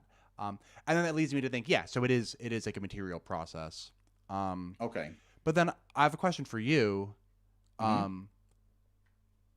If we assume that the view that you outlined is correct, can you come up with a way to falsify your view? As in, like, if it's false, then like here's an experiment that we could do. It's impossible in the same sense that it's impossible to doubt your consciousness. Like I think, therefore I am. It is. I'm still working on mine, so. Yeah, we can change the topic in a second, I suppose. But I just want to say that there are things that are impossible to doubt and they exist everywhere, and they don't only exist in terms of consciousness. Like you will always come up with things that you cannot explain or you cannot falsify. Like you cannot falsify logic. If you falsify logic, then you're going to have to use logic to falsify logic, but that's going to lead you into like a circular reasoning of sorts, or self-contradiction. Likewise, like in mathematics, like the Gödel's incompleteness theorem, for example, that leads mathematics to fundamentals that cannot be explained or proven, and there is mathematical proof that they cannot be proven. So yes, I do think that consciousness cannot be proven because it is self-evident, and there have to be things that are self-evident in this universe. Otherwise, we would be like, you cannot have an infinite regress of questioning. It has to stop at some point, and consciousness is one of these stopping points, at least for knowledge. I mean, why must there be a stopping point? What if like what if strong agnosticism like kind of is like, what if we just can't know, and that's that? Well, first of all, because there is mathematical proof that there are fundamentals of mathematics that can't be explained. So it's been proven that at least in mathematics, there's axioms that we assume in mathematics. No, we don't assume them. We do. There's different kinds of maths with different axioms. Well, there are axioms of mathematics that work with reality. and they work very well. And they make a lot of predictions that predate scientific experiments oftentimes. Agreed, but there are different kinds of maths with different assumptions that all serve various purposes in describing reality. Okay, but they are, I mean, they're still fundamental in the sense that they cannot be explained any further and they cannot be falsified. It is The impossible to axioms falsify that we them. assume, correct. Yes. Uh, I don't know if I like the word assume, but we yes, we have, we have axioms for sure. And we have to, like, there has to be some kind of a fundamental particle or something. Like, you can't keep dividing it forever. At some point, like, if we could keep dividing forever, everything would have infinite complexity, and that just makes no sense. There are other reasons for this, but uh, an infinite regress of the sort where one thing explains another, and that thing explains another, and that thing explains another, is impossible, because if there was no end to this, then nowhere in this infinite chain would you have truth value. You would have an infinite chain without any truth value whatsoever, and then you would basically never be able to find the truth. So I do think that consciousness is fundamental, and because it's fundamental, it cannot be falsifiable. That's my, like, explanation. And then I'll one last question here, then I'll be happy to Sure. move on to something else. But does it bother you that it's not falsifiable? Because to my, I blame a lot of this on my engineering education, but believing something that I knew is unfalsifiable would probably bother me. It wouldn't stop me from believing it. Like, if I believed it was true, I would believe it's true. But the fact that it's unfalsifiable would make me go like, darn, like that stinks that it's unfalsifiable. I still believe it's true. I just wish it was falsifiable. Does it bother you or not really? No, it would bother me if there were no things that are unfalsifiable, because then there would be no certainty in anything. That's the whole that was the whole point of Descartes' I think therefore I am. That there is something we can be certain of. If I didn't have that, I would feel very uncomfortable with and believing anything, basically. So, and I think that they are necessary. By that I mean it's impossible for there not to be such things in the universe. It's impossible for there to be an infinite regress of, like, division, infinite regress of knowledge, infinite regress of the past. There is a stopping point for all of these, and it's necessary. Otherwise, we just wouldn't have the world we have. I could keep on asking a million more questions, but we've gone, and I've seen the audience say, like, guys, like, what are you talking about anymore? So I'm happy to kind of here. Sure. Actually, let me give the microphone back to you to see if you wanted to wrap up anything on that point, and then also time check. I've kept you for an hour and a half so far. Okay. I've got time still, but I don't want to keep you longer than you have. Also, it's way earlier in the day for me than it is for you. So if you have, I have a day off, so my wife and child, they went to visit a friend, and I'm at home by myself. Cool, So perfect, I'm okay, fine, yes. cool, okay, So whenever you feel like, it's a good time to wrap up. okay. But just to say, I also have an education in engineering, by the way. I studied Perfect. biomedical engineering. Oh, we were cousins. I did chemical engineering. Yes. The biomedical engineers at my university took a lot of chemical engineering classes. So our programs were very similar. They took a lot of mechanical engineering, a little bit of chemical engineering, and then a few classes that were biomedical engineering specific. But there was a lot of overlap between, like, we took a class called Organic Chemistry for Chemical Engineers, and all the biomedical engineers were in that class too. There was a bunch of classes like that. So we're cousins. We're cousins in academia. Let me hand the microphone back to you to see if I'm not sure that I gave you a chance to kind of wrap up the whole consciousness thing. So by all means, add any kind of thing that you want on the consciousness. Then also, I'm not sure if you had another topic that you wanted to tee up. Sure. But let me hand the microphone to you. Right. Thanks. So just to wrap up, actually, yeah. So there's just one other thing I would like to mention.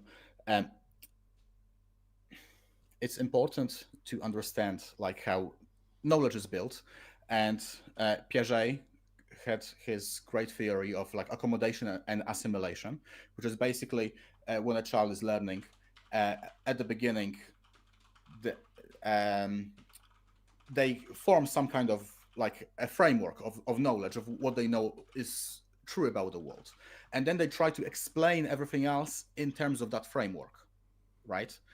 um, and if something doesn't fit, then they have to adjust the framework. That's accommodation. They have to adjust for the new information. Like if you only believe that there's for example twos and fours, and then you stumble upon a three, you can't explain a three in terms of twos and fours, so you have to update your knowledge, right? So there is a problem that I can potentially see with trying to investigate consciousness if you're always trying to map it onto what we already know and not consider something uh, new that you need to update your system, as if there is not just matter, but there is also like mind, that it has to be something additional.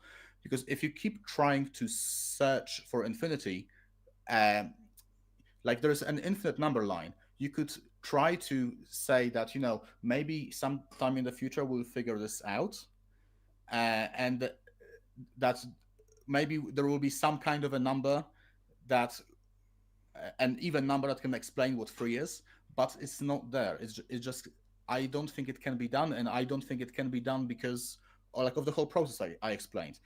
Subjectivity or subjective experience can be found in the photons, it can be found in the eyes, and it can be found in the brain. I don't think it exists in any of these locations, because um, all they are is effectively just oscillations of photons, or oscillations of action potentials in the brain. But nevertheless, we see something that is subjective. It is an empirical observation. And because it can't be explained, I think it should be something added on top. We should accommodate our knowledge with consciousness in mind. So that's, and if it's fundamental, then we are immortal at the same time. So that's my worldview. Cool. I like it. I promised I wouldn't push back anymore. So I'm happy to leave that there. Did you, if you don't have another subject teed up, I can ask you a question about well, let me introduce the topic and then see if you're interested or not. So I was looking through some of your videos yesterday, just in preparation for today, and I saw that you have a recent video on the Shroud of Turin. Are you interested in talking about the Shroud at all? If not, we don't have to. I'm certainly not an expert on the Shroud, but I have opinions. We could a little bit. Okay. Sure. So I'm somebody who does fall into the camp of, I think that it is a 13th century or 14th century or whatever relic. And I noticed in the video that you kind of proposed different reasons why the carbon dating may have been wrong, but I don't think I heard you say this is the one that I think is the most likely. So you talked about the invisible reweave hypothesis, which is one of them. I think that you also talked about how that like neutron radiation absorption hypothesis, right? Oh no, you didn't touch on that one. No. What was the other one that you touched on besides the invisible reweave? Well, the main point, I think, is it's very difficult to explain the formation of the image on the shroud using medieval technology. That to me is the most convincing point. That it's very difficult for me to imagine how this image could have been formed using medieval technology. I don't think that it is impossible. Perhaps there is some simple process that gives all these complex characteristics. We have lots of processes like that. They exist. But it would be very strange if this was intentional, because if the image, like why would a medieval forger try to make a photo negative image?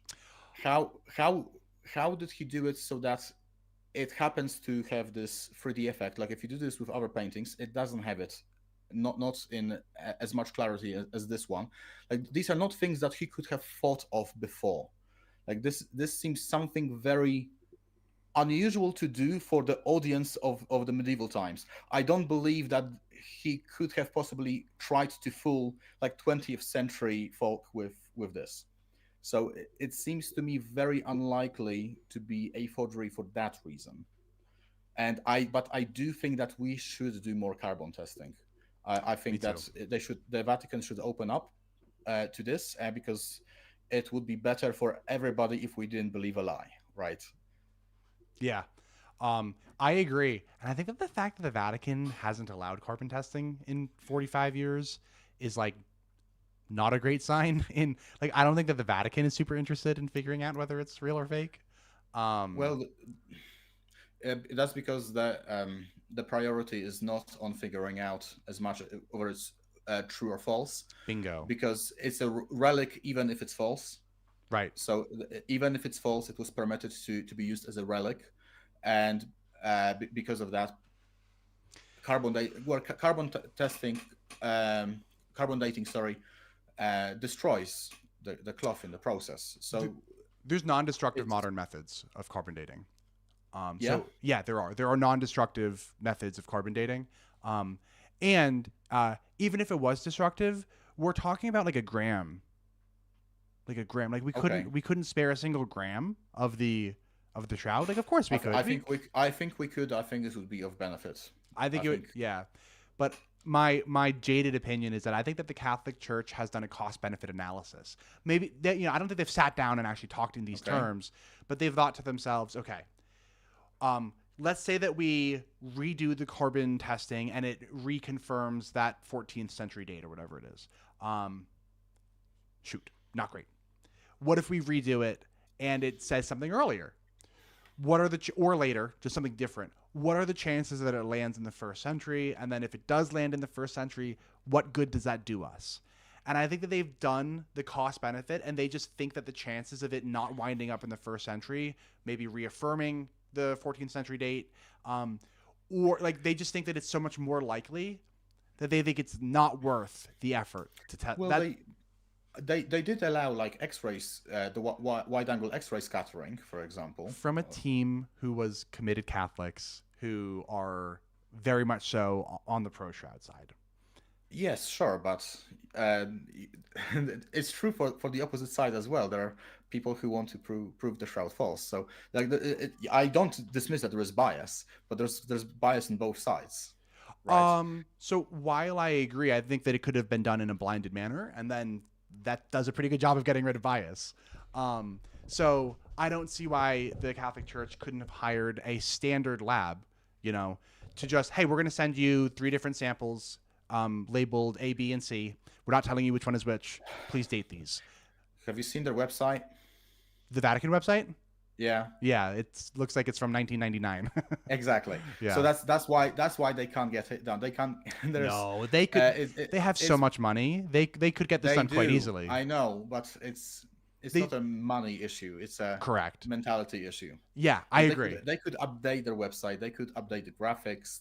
They could hire somebody to like improve this. I think it would be a good idea to do that, and they could get people to carbon test it as well. So This is my point. I think that the Catholic Church is not nearly as interested in the actual age of the shroud as they are in the shroud's ability to inspire faith and hope in people. And the carbon dating would not help inspire faith and hope in people unless they got the exact result that they wanted. And I think that the church thinks that it's not worth scandalizing the public. well, it's a possibility. That's I what I don't think. deny that it's a possibility, but I don't think that's enough to dismiss it. So just to quickly like wrap up on the Shroud of Turin, the main reason is that I think is true is because it's very difficult to imagine how on earth you would get such a thin layer of a photo negative 3D image on a non-photographic piece of material. Basically, it seems like it would have to be like it's not a common process.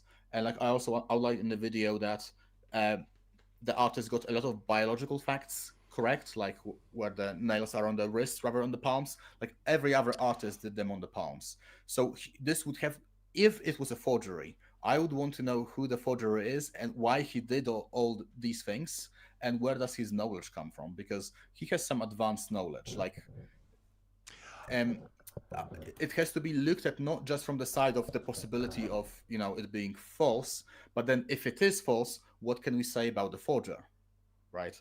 How reliable is it to assume that a forger did this? And Have you I don't seen? think is very likely. Have you seen like the 15th and 14th century art of the shroud? Um, it primarily shows like a full picture, not like a photo negative. So I actually don't think that the artist made a photo negative. I think that the artist made like a normal picture of the shroud, and then over the last several hundred years, I think it just faded over time. That's kind of what I have to imagine. But there is no paint found on the cloth. The Stirp team found paint molecules in the shroud. Yes, but they are Walter they McCrone. did. Walter McCrone. Yes, but they don't explain the image. I agree. The image is like on the outer layer of a cell wall of the fibrils. It's not it's not something that is painted on top. There is paint on top sometimes, like because one hypothesis is that they try to make the image stronger. So some of the bloodied areas are more red, for example, and there is some other pigments found on there, likely because it was copied. But it's not enough to explain the image itself, and that's the point. Like the image itself, yes, there's paint found on top, but the image itself is not from the paint. So it is mysterious. Like if it's a forgery, I really want to know why somebody went to all this trouble, right? Why make it my point is that I don't think anybody did go through the trouble of making it photo negative. I don't think that the original artist made it photo negative. I think it became photo negative over time. Also, I think that calling it photo negative is kind of like a weird way to put it, because even when you look at it, like, so you look at it naturally and you hardly see anything, right? Like if you just looked at the shroud itself, like there's like nothing left in terms of the image. But then you make a photo negative of the shroud and you really crank up the saturation or whatever, and that's when this image kind of appears. But it's still not a photo negative of Jesus. It's not like if you took a picture of me or you and then went a photo negative. It's not like that's what we're seeing. It's something different. Well, the direction of the light is different. That's why. It's because it's like right now, like I have light from my side. It's actually, maybe I should make it a bit brighter. Not too bright. Yeah. You have light from your side, but it has image from the top, and the closer it is to the cloth, the darker it is, right? And then it gets lighter the further away it gets from the cloth, and the distance between, like the dark and light parts correspond to the distance between the cloth and the body. Well, that's not quite right? Because the shroud would drape across Jesus's whole body. So, like for instance, the top of his head should be connected to the top of his head on the backside, but it's not. Yes, and it's not like we have like a 3D. It's not like the top of his head is lighter in, like, so my point is that the whole 3D image thing is a lot of artists helping. That's my, not artists. It's a lot of people who want it to be a 3D image helping it. Just like with the Waxis. Do you know about the whole Waxis thing? So no. So do you know how Waxis works? So it's kind of silly when you explain it. Waxis is looking at how light scatters off of a thread. So we're going to take a thread of the shroud and we're going to bounce some light off of it, and we're going to measure how the light diffracts. Now, when it does, it makes that kind of graph that you see. I used to do Waxis as part of my job when I worked in a micronization facility. Wide-angle X-ray scattering? That's Yeah, what you're talking about? right. Yeah. This is the new study that came out in 2022 or whatever Yes, that yes, yes, everyone's yes. freaking out about.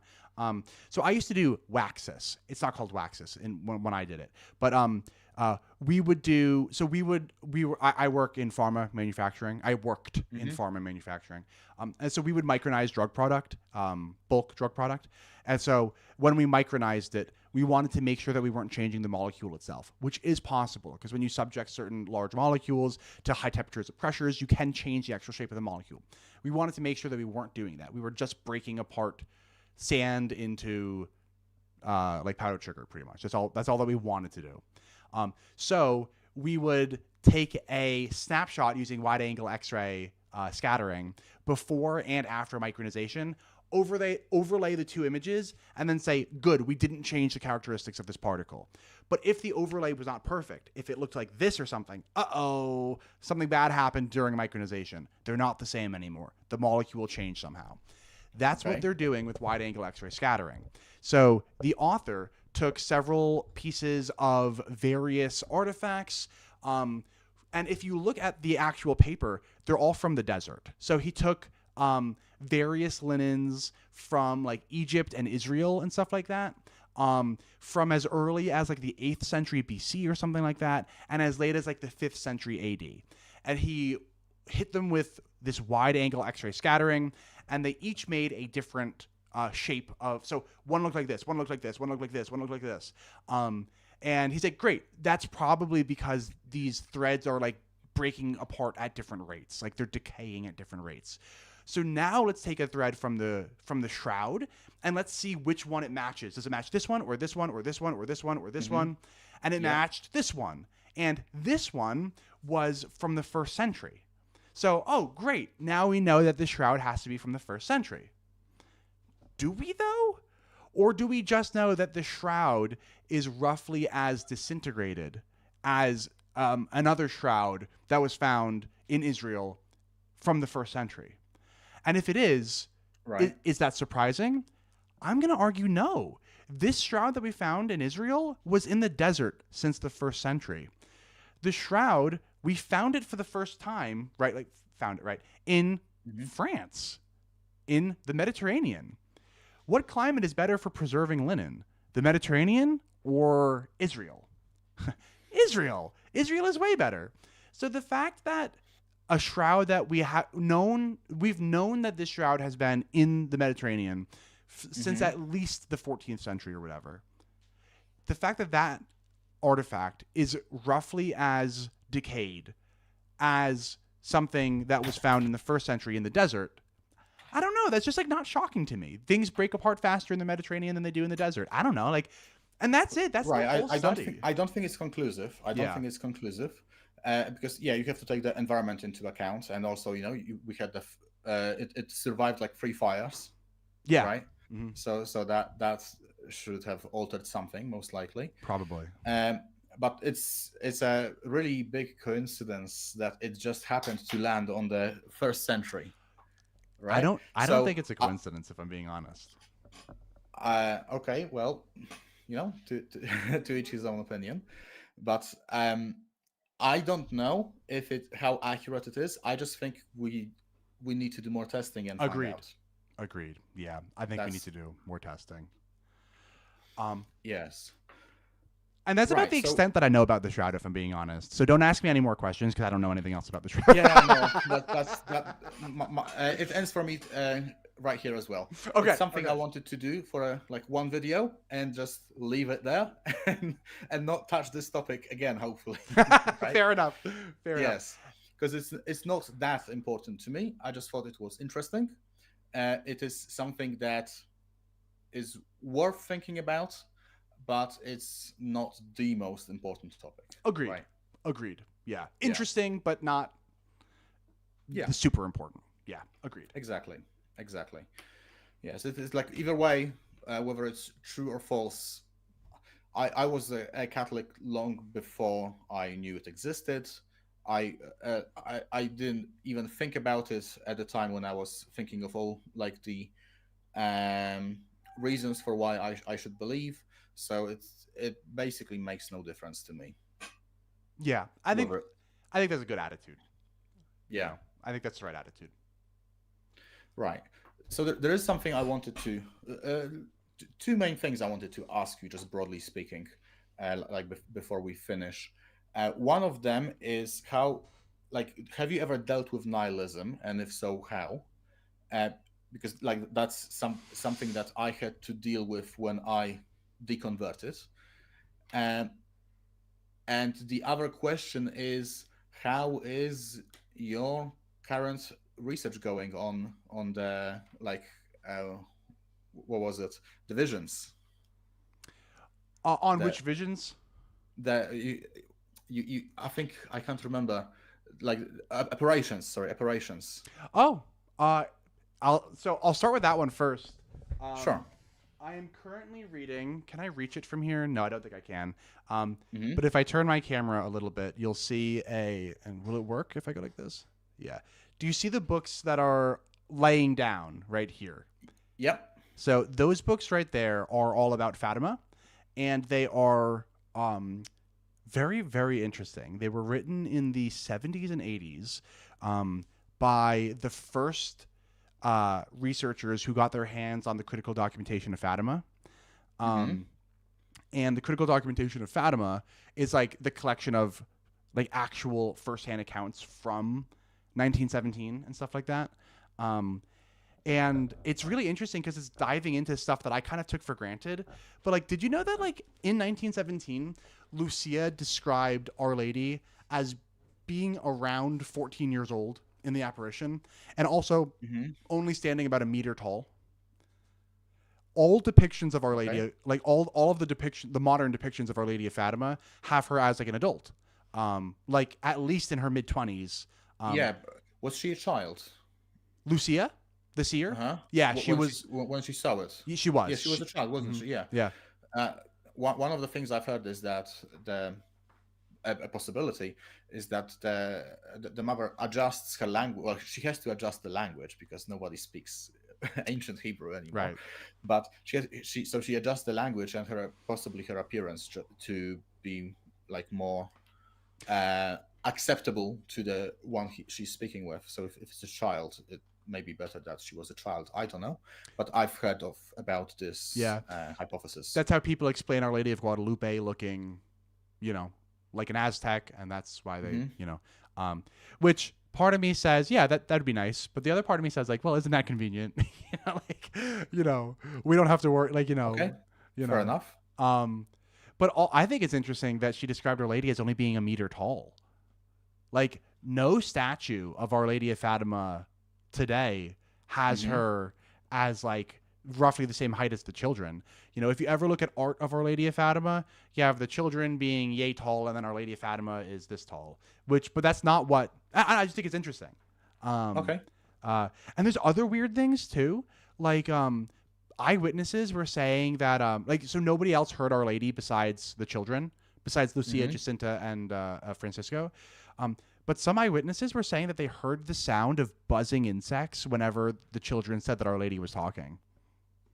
That's creepy. Like, Okay. what? Yeah. Interesting. Yeah, very like weird stuff that you just don't hear. But anyway, I'll probably wind up putting together a video on these books when I'm done with them. Okay. Not, I don't think it's just interesting. It's not. I don't think it makes a huge difference to, like, I don't think that this information should convince somebody that it didn't happen or that it did happen. I just think it's interesting. You know what I mean? Okay. Have you heard about the one in Egypt? I can't remember what it's called now. Zaytun. Zaytun, yeah, that's the one. Mm-hmm. Yes. Yeah, I've heard about it.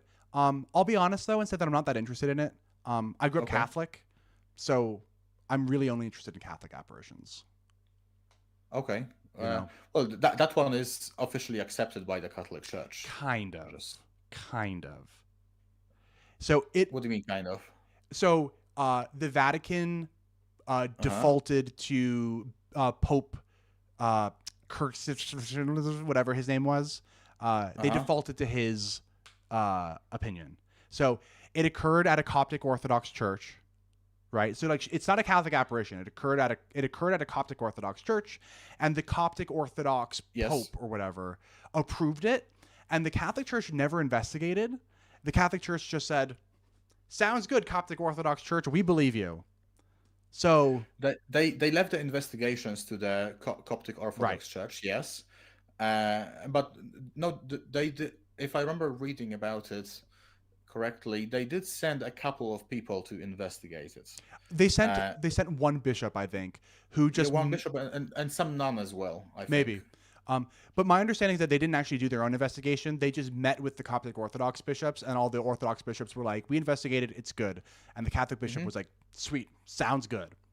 And that's all that happened. Yeah. So. And is that a problem?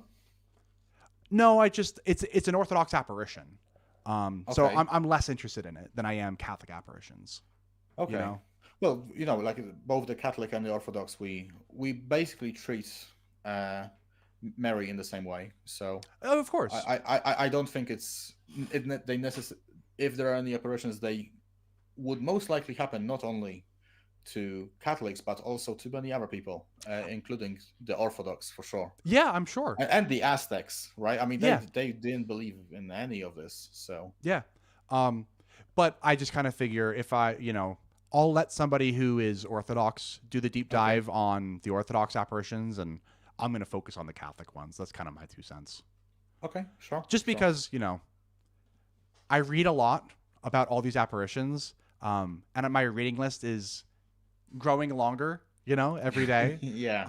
I know. And there's so many things I want to do as well, and the list just keeps getting bigger and bigger. Yeah. It's like, so I have to draw the line somewhere, and I draw the line at Catholic apparitions. So since that's an Orthodox one, I'm just gonna kind of be like, yeah, cool, sounds good. Also, I understand it's like Our Lady of Knock. I don't know if you know about Our Lady of Knock, but that's a real Catholic apparition. But both Our Lady of Knock and Our Lady of Zaytun, they didn't say anything. So I think that also just kind of makes them less interesting. I think it's interesting when there's an actual story, like when Our Lady appears to somebody and says something worth saying or whatever. But if she's just appearing but not saying anything, it's kind of like, okay, I don't know what to make of this. Sounds good. Yeah.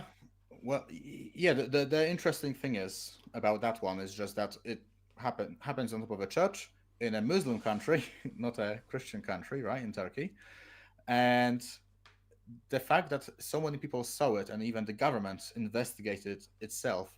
So, and it's not something that happened just once, but it repeated, right, over a course of 3 years, I think. So the interesting thing about that one is just the sheer number of people that saw it. So it's, I would find it personally quite difficult to explain away that one. Me too. But other than that, yeah, it doesn't have much content. The only thing is just, hey, hello, I'm here. Yeah. Right. Yeah. And I'll let my Orthodox friends kind of try to explain that if they feel so inclined. But since it's not a Catholic apparition, I'm less interested in it than I am Fatima and Guadalupe and Lourdes and La Salette and Knock. I'm yeah, we have a lot. Yeah. There's, in fact, that's the only non-Catholic Marian apparition that I can name. I can name a lot of Marian apparitions. All of them are Catholic except for Zaytun. That's the only one. I can't think of a single other one. I know that they exist, but I don't know of any others as well. Yeah. So that's why that one kind of fell off my list. I'm like, yeah, it's Orthodox. That's fine. The Orthodox can handle that one. You asked me another question though before. Yes. What was it? I'm so sorry. I already forgot. About nihilism. That's right. Did you ever have to deal with nihilism, when you deconverted? Did you, what do you find your meaning, basically? How do you find your meaning? I think that I remember struggling a lot with the idea that there is no objective meaning. Mm-hmm. Because I wanted things to have cosmic importance, I think. Okay. But one day, and this took a couple of years. I think the first year or two that I was no longer Catholic, I really struggled with this. But one day I kind of sat down and I thought, well, okay, so what if I don't have any kind of cosmic level importance? Any objective? What if nothing objectively matters? Don't things still subjectively matter? don't I care about things? And doesn't my wife care about things? And doesn't Peter care about things? And, Mm-hmm. you know, and if so, is that good enough for me? I think it is. And ever since then, I think I've kind of been okay. So Okay. am I a nihilist because I don't believe in like objective, like I don't think that we can measure how much something matters, right? Because Okay. I think that matter is subjective, not matter like atoms, but Yeah. meaning. I think that Meaning. meaning is, I think it is subjective. I think that something means a lot to somebody, but doesn't mean much to somebody else. So I like all my nerdy books back here. They mean a lot to me. They might not mean anything to somebody else if they don't like my weird nerdy books. And that's okay. I'm okay with that. So what I like live my life for, like what gives my life meaning is the subjective meaning that I make for myself, but also that my wife imbues into my life and my neighbors. And, so I might do something because it makes my wife happy, Okay. even if it doesn't have any kind of objective meaning, right? Like in 100 billion years from now, during the heat death of the universe, it won't have made a difference. That I, maybe I was running errands and I brought my wife home a cup of coffee because I know that she really wanted a cup of coffee. Will that matter in 100 billion years from now? Maybe not. Do I care if it matters in 100 billion years from now? Not really. I care that it matters right now. And it does matter right now to her. And that's enough for me. And that's kind of Okay. how. So am I a nihilist? I think it depends on your definition. Right. But if it is, then I'm okay with it. I've made my peace with it. Okay. I see. And how did that process look like? I mean, how, because I can imagine that it probably wasn't so easy at first, right? It was not. It was very difficult. For the first couple of years that I was no longer religious, Mm-hmm. I was in a bad spot. I was in a really bad place. I started drinking a lot, and like I didn't have any like friends or anything like that really for the first couple of years because my whole life was in the traditionalist Catholic movement. Um, Okay. and I don't know how familiar you are with my story, but at the time that I left the church, I also moved 700 miles, and in real units, that's probably 1,500 kilometers or something. So Mm-hmm. I moved the equivalent of from Poland, maybe not as far as from Poland to the UK, but I moved from Poland to I don't know, Italy or France or something. Right? Is Okay. that 1,500 kilometers? Probably. I have no I idea. have no idea. Doesn't matter. But I moved Mhm. a time zone away to put things into perspective. And I didn't know anybody there, and I was no longer Catholic, and I didn't have. It was just me and my wife, and that's it. And it was hard. It was really hard. Um, and I did struggle with meaning. I think for probably like 2 years. But then I moved 4 times within 2 years during that time period, all for work. Um, but one of the places that I wound up moving was a city called Lexington in Kentucky in the U.S. And I'm still here now, and I love it here. I made friends with coworkers and neighbors, and my wife and I just like really fit in the city, and now we have a community of people that we like and like us. And I found that all of a sudden, just having other people in my life, like people to talk to, besides just my wife, um, it kind of made a lot of those worries, I think, the existentialism, it kind of just went away on its own almost once I realized that I had a community. Um, and I think that's what kind of gave me permission almost to be like, well, do I even need this kind of like, does something need to matter during the heat death of the universe, or is it okay if it only matters right now? And then I guess on top of having a community, I got really into reading fiction. Um, and Right. I think that so like how like the story, the narrative of the God who becomes man and then dies for you. Apart, I'm not talking about historicity or anything like that. Just that narrative, I think, is very like it gives a meaning to people's lives. I think, right? Yeah. Um, No, And stories have meaning in them. yes, Yes. and I think that these stories also helped me kind of figure out that I'm okay with things just mattering right now, um, because these almost filled the hole for me. Like I no longer had this story. I mean, I still do have the story in the same way that I have these stories, right? But I Hmm. believed that story, and then I no longer believed that it was like real historically speaking. Um, but then I read these stories with no anticipation that they were historical. You know, The Lord of the Rings is not history, and that's okay. Yeah. But realizing that I like these books made me feel the way that the resurrection story made me feel.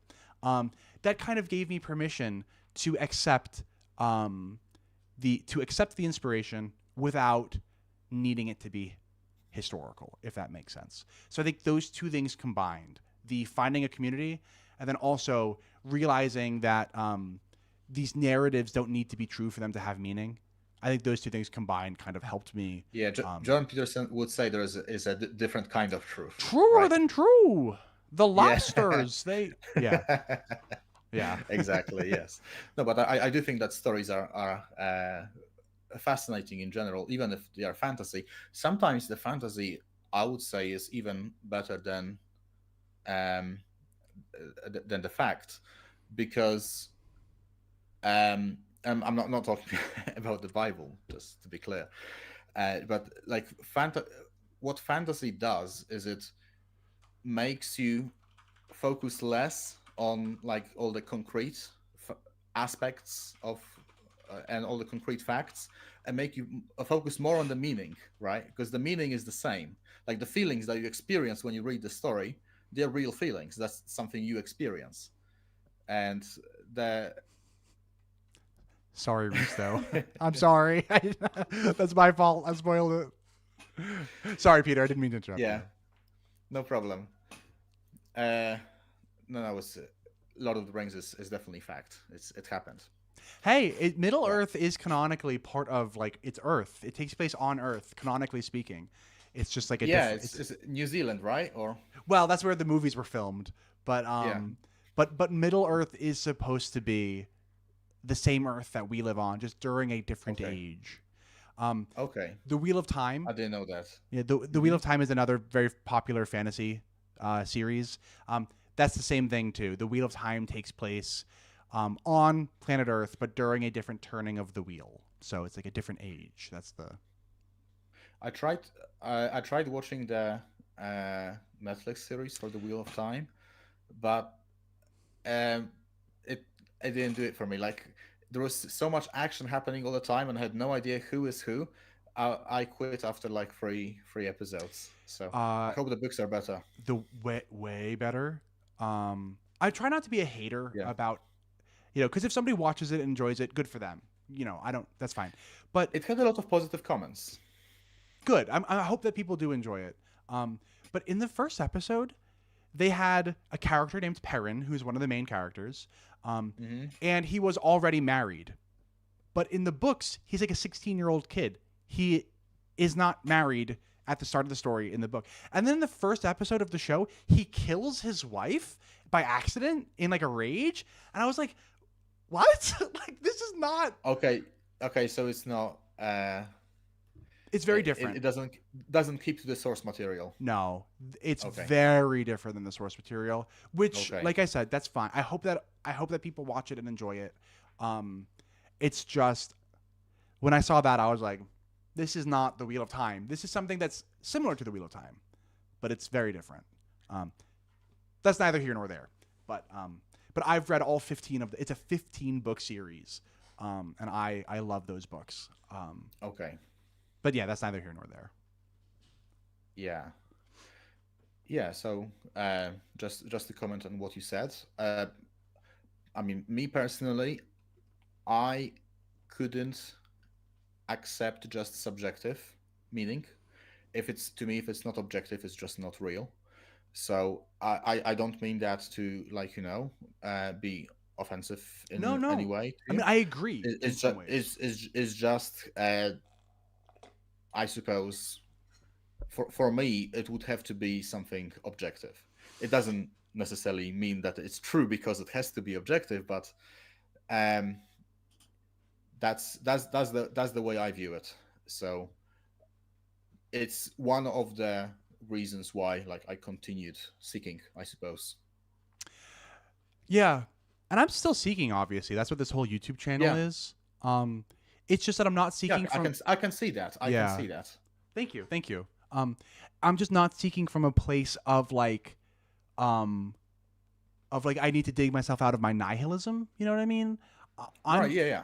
I'm seeking from almost more of like a I just want to satisfy my curiosity. All you right. know, but Okay. no, that's not true. That's not true because like I do want to know if like if I'm wrong about this religion stuff, then I've made a Yeah. massive mistake, right? And so I want to make sure that I'm not making a mistake. Um, like if I die and I do get to the gates of heaven, um, I want to be able to tell, St. Peter, hey man, I left it all on the field, man. Like, yes, I died not being Catholic, but it wasn't for lack of trying. I really did like explore Right. all. That's what I want to do. And so that's not just satisfying my curiosity, right? There's more to it than that. Um, but And I'm not trying to cure my nihilism, if that makes sense. right. But that still leaves like a space open for many unanswered questions, right? Like Oh who are yeah. we? Where do we come from? Where are we going? Where should we be going? Mm-hmm. Like all of these are the big questions of life. Uh, are you like trying to answer them as well, or have you found some answers to these questions, or are you mostly just satisfied with like the materialist philosophy that you have at the moment? um. So I don't call myself a materialist. I consider Right. myself uh, a methodological naturalist. Um, Okay. I think that if there are things that aren't empirically investigatable, then they're kind of just beyond the pale. Um, and like, Empiricist of sorts. yeah, and I consider myself a pragmatist, not an empiricist, which I consider the closest thing to empiricism without literally being empiricism. And Mm-hmm. what I mean by that is, I think that the empirical method is by far the best method that we've come up with to get to true beliefs. And why do I think that? Well, just look at the historical record. Once we really started using the empirical method, things got way better, way faster, right? I mean, I talked about flight earlier.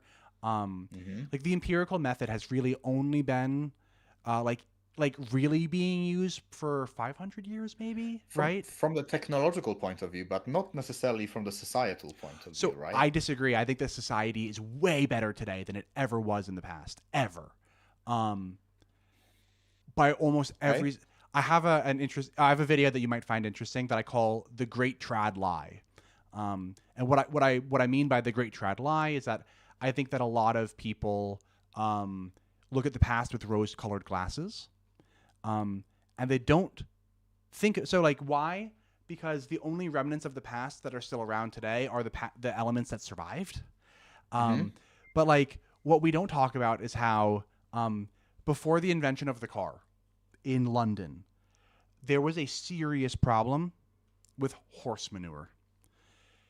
The streets were being flooded with horse poop, and nobody knew how they were going to solve it.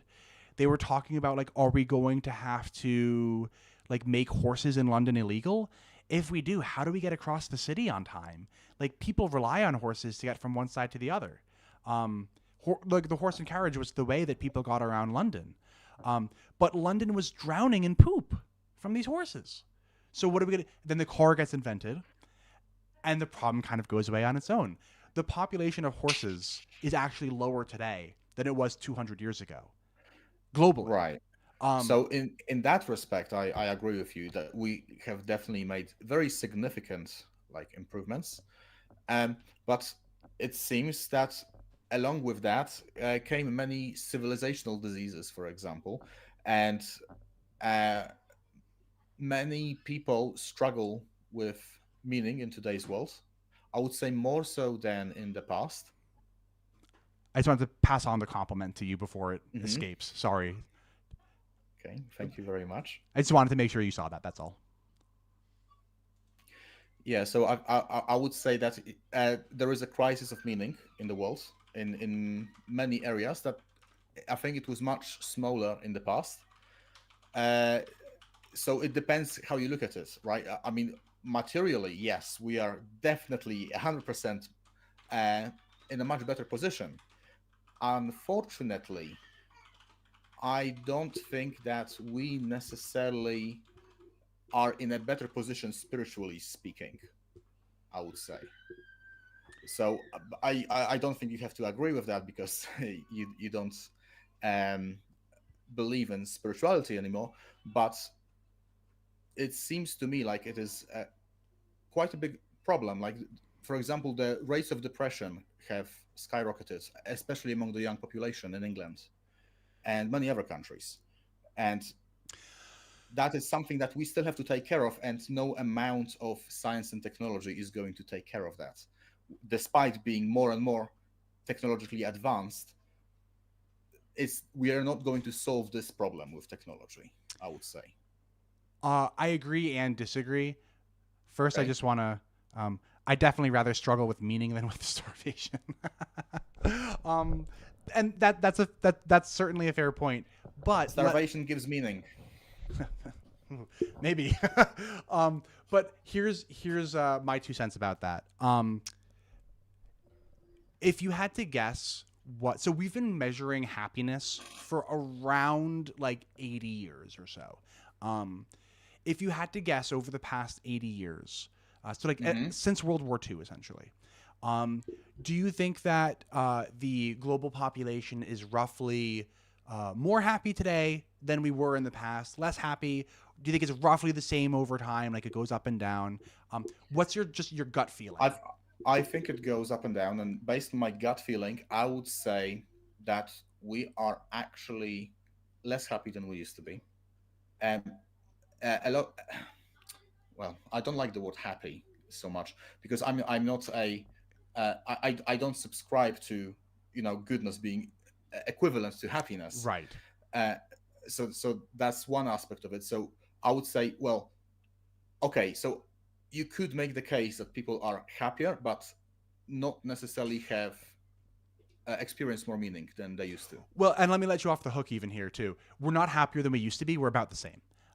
So over the last 80 years, happiness has pretty much done this. We're always fairly happy. Like the average human at any point in history, if you ask the average, like if you ask enough humans, the average would be like on a scale of like 1 to 10. People are generally Hmm. like a 6 or a 7.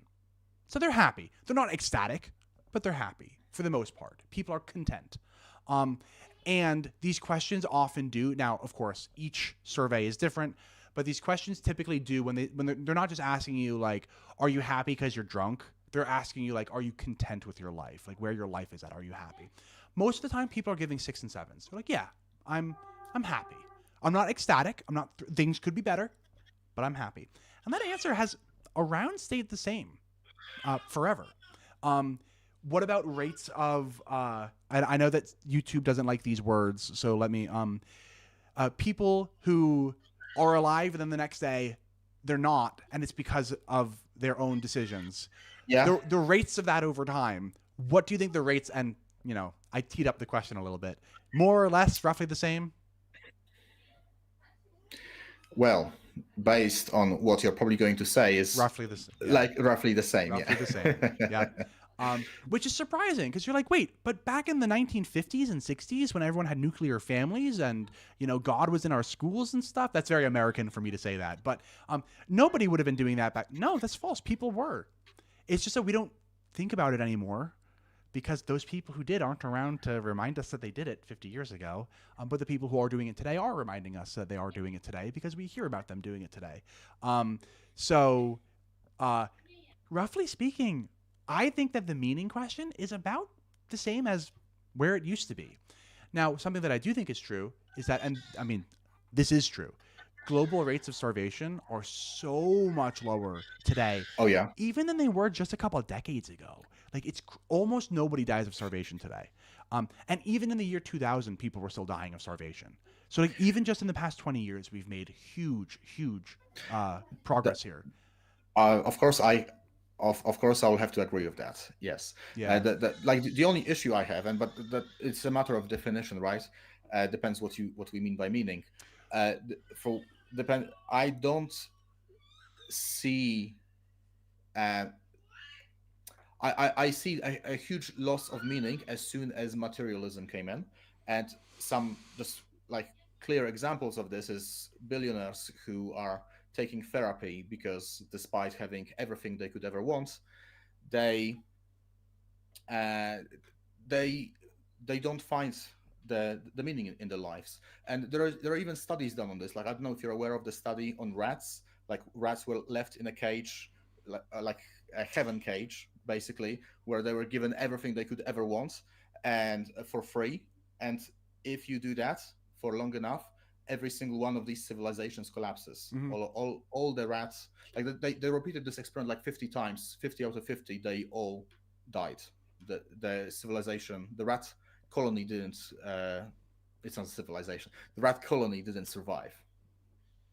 So that's something for us to, I think, worry about. And now, like with the AI coming, um, that's going to take away even more meaning from people's lives. At the beginning, at least, when it's going to start taking away more and more jobs, because we have to work, we have to do something. So technology can be a savior, but on the other hand, I think it's like a double-edged sword. It's like it's basically a gun. It depends who has it and how you use it. Yeah, I agree. I mean, maybe I wouldn't call it like a gun.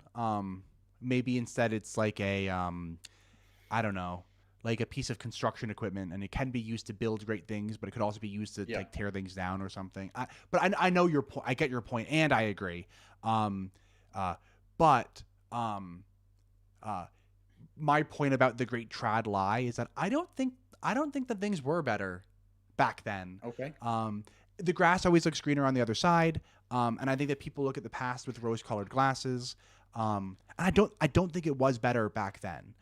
I think that I'll tell you. I thought about this not long ago. I thought, okay, what would my life be like if I lived in the Middle Ages? I would be dead 3 times already, right, me because too. I needed surgery, I needed medicine. Without, I would just be dead. Oh yeah, me Like, too. I'm asthmatic and flat-footed, and I have bad vision. Like I don't think I would have lived past my 15th birthday. Like like I would have. I had a surgery just last year, and if I didn't have the surgery, I would definitely die. I can't remember what this is called. It's like this little end of the large intestine, where sometimes the food gets stuck inside. I Ooh, can't remember what it's called. that's scary. I don't know either. I'm not super But medical. yeah, but it escapes my mind. But basically, if I didn't get treated, it would explode, and I would have poo running all inside my body, and I would die within a very short period of time. And probably not a good death either. Probably a pretty painful death. Yeah, Yeah, yeah. yeah. Ew. So Not good. it's if you ever have like a stomach pain at the like a very severe stomach pain that feels a bit different than normal, and it's persistent, and it's in the bottom right of it's always in this area. Better seek like medical attention within the next 24 hours. Okay, good. Thank you Yeah. for the warning. See, so audience, you can't say that you learned nothing today. Audience, you learned if you have a pain in your stomach, get that checked out. Um, Yeah. but yeah, that's my whole point about like happiness and stuff like that. And Okay. I even think that we are better people by and large. Like better people, like Yes. morally speaking. It's crazy how Kind common, of. like if you look at the rates of murder in London in Yeah. 1600, 1700, oh my gosh, people were murdering each other like all the time. Like it's crazy. Yes. We, like in terms of violent crime, we globally speaking, violent crime has been Yes. decreasing. So we are committing a lot fewer murders and rapes and theft and all of that. We are doing all of that way less than we used to as a global Yes. civilization. We're going in a good direction. Mm-hmm. Yeah, despite what all the American trads are trying to say that like we're all like society is collapsing and all that. So things are getting better, and that's not to say that we don't have our struggles because we do. Hmm. Um, but I think that by and large, things are going good, and I don't think we appreciate how good things are going by and large. Again, not to say that we don't have our struggles. Everybody does. Just to pick on one, cancer still sucks. Yeah. Cancer kills, hundreds of thousands of people every single year in the United States alone. And there's not much that we can do about it. We have very crude tools for dealing with it. And so if somebody gets cancer today, that sucks.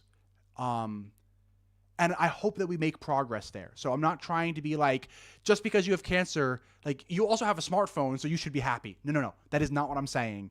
I'm not trying to minimize anybody's suffering. But by and large, we're doing good as a society, and I don't think that we appreciate that often enough. That's my whole point. Sure. Yeah. No, I think we have to. It's good in general to have a culture of appreciation of all the good things, right? Not only focus on the bad. And I think it's something that we are even taught by our Catholic priests, right? Don't only focus on the sin, focus also on the virtue. Absolutely. So yes, many good things happening. I hope that they do continue to happen. Unfortunately, I think we'll have to end in just a second because I really have to go to the toilet. That's perfect. I have one final question for you, and that is, sure. When my audience wants to hear more from you, where can they find your channel? Right. So it's Seeker's Tavern. Maybe you can, I don't know, leave a link in the description. I believe something. It's already there. I believe it's linked. It's already there. Okay. Yes. Yeah. So go to the description of this video, find the link, and next I will be getting to the part where I will be explaining Christianity, because I'm trying to do this agnostic to Catholic process step by step, and the number of things I'm trying to do just keeps increasing. So I'm still not there yet, despite doing it for so long. Next up is going to be Christianity. So I'm going to be giving all the different reasons for why I think Christianity is true. And after that, I'm going to do specifically Catholicism. That's awesome. Well, you got at least one subscriber today, Peter. So I'm glad that I was able to spread the word about your channel at least a little bit. Thank you very much. Thank you so much for coming on, Peter. This was a fantastic discussion. Talking with you. Same here, and I hope we do it again sometime soon. Sure. All right. Until next time, everybody, be good. Bye. Yeah. See ya. Bye-bye.